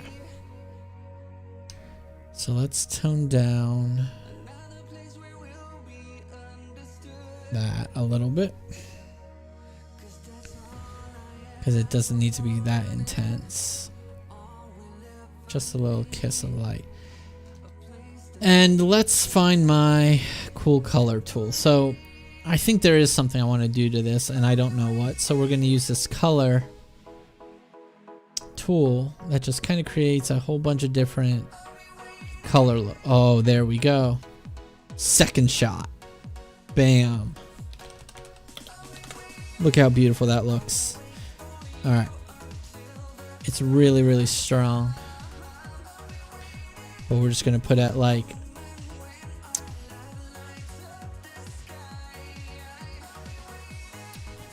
37%.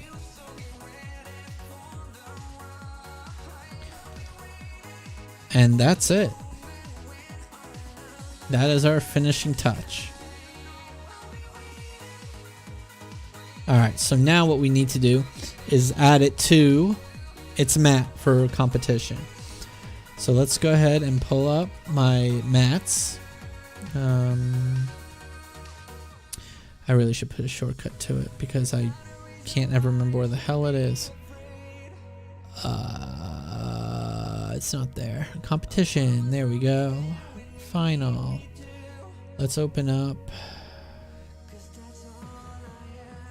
Noir. Alright, so we'll open up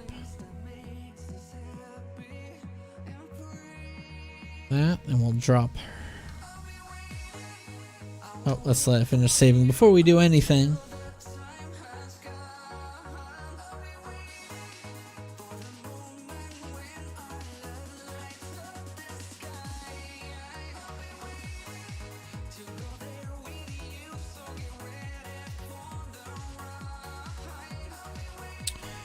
Alright, let's see what we want to do.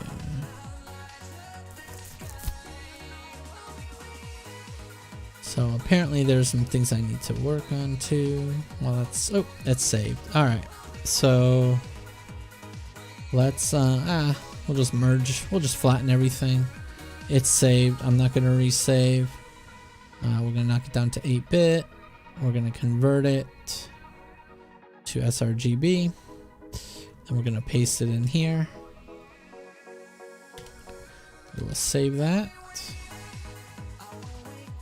Close you. Now it's pasted there. We will do a Control-Shift-Save. And let's just name this Pure Beauty for now. I'll come up with a better name. And we're gonna kind of center her in there. Yeah, that looks really good. Okay, so now we have to choose some colors for our mat. And we are literally just going to choose colors from the image. That dark brown looks really good. And then let's choose... Yeah, I think that works for the stroke. And then on this one, let's tone this down quite a bit. And then I think we'll get rid of the texture. And this will just be a nice clean background. And now I send this to my mentor and we'll see what she says. Alright. So let's save the JPEG.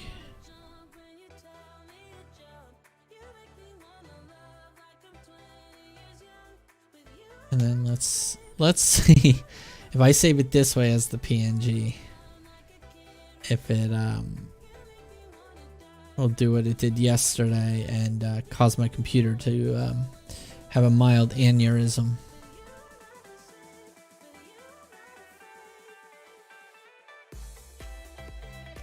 Let's see. Mild aneurysm? No.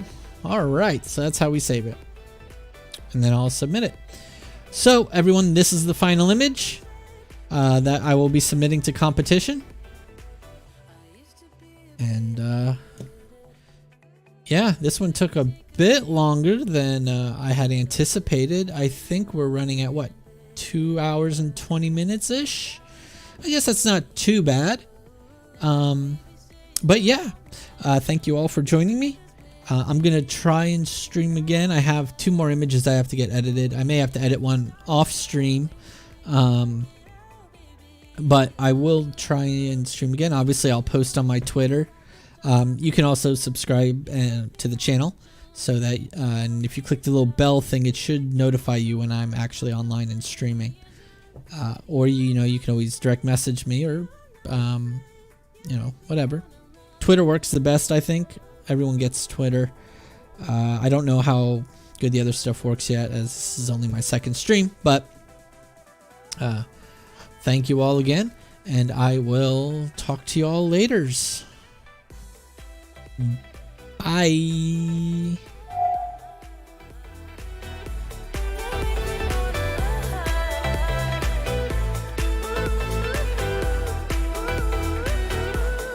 make me wanna shout at the top.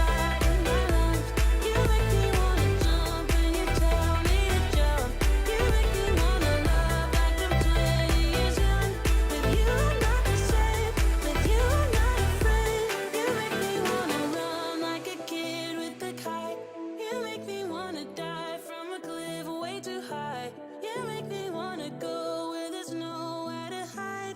With you I'm not the same, with you I'm not afraid.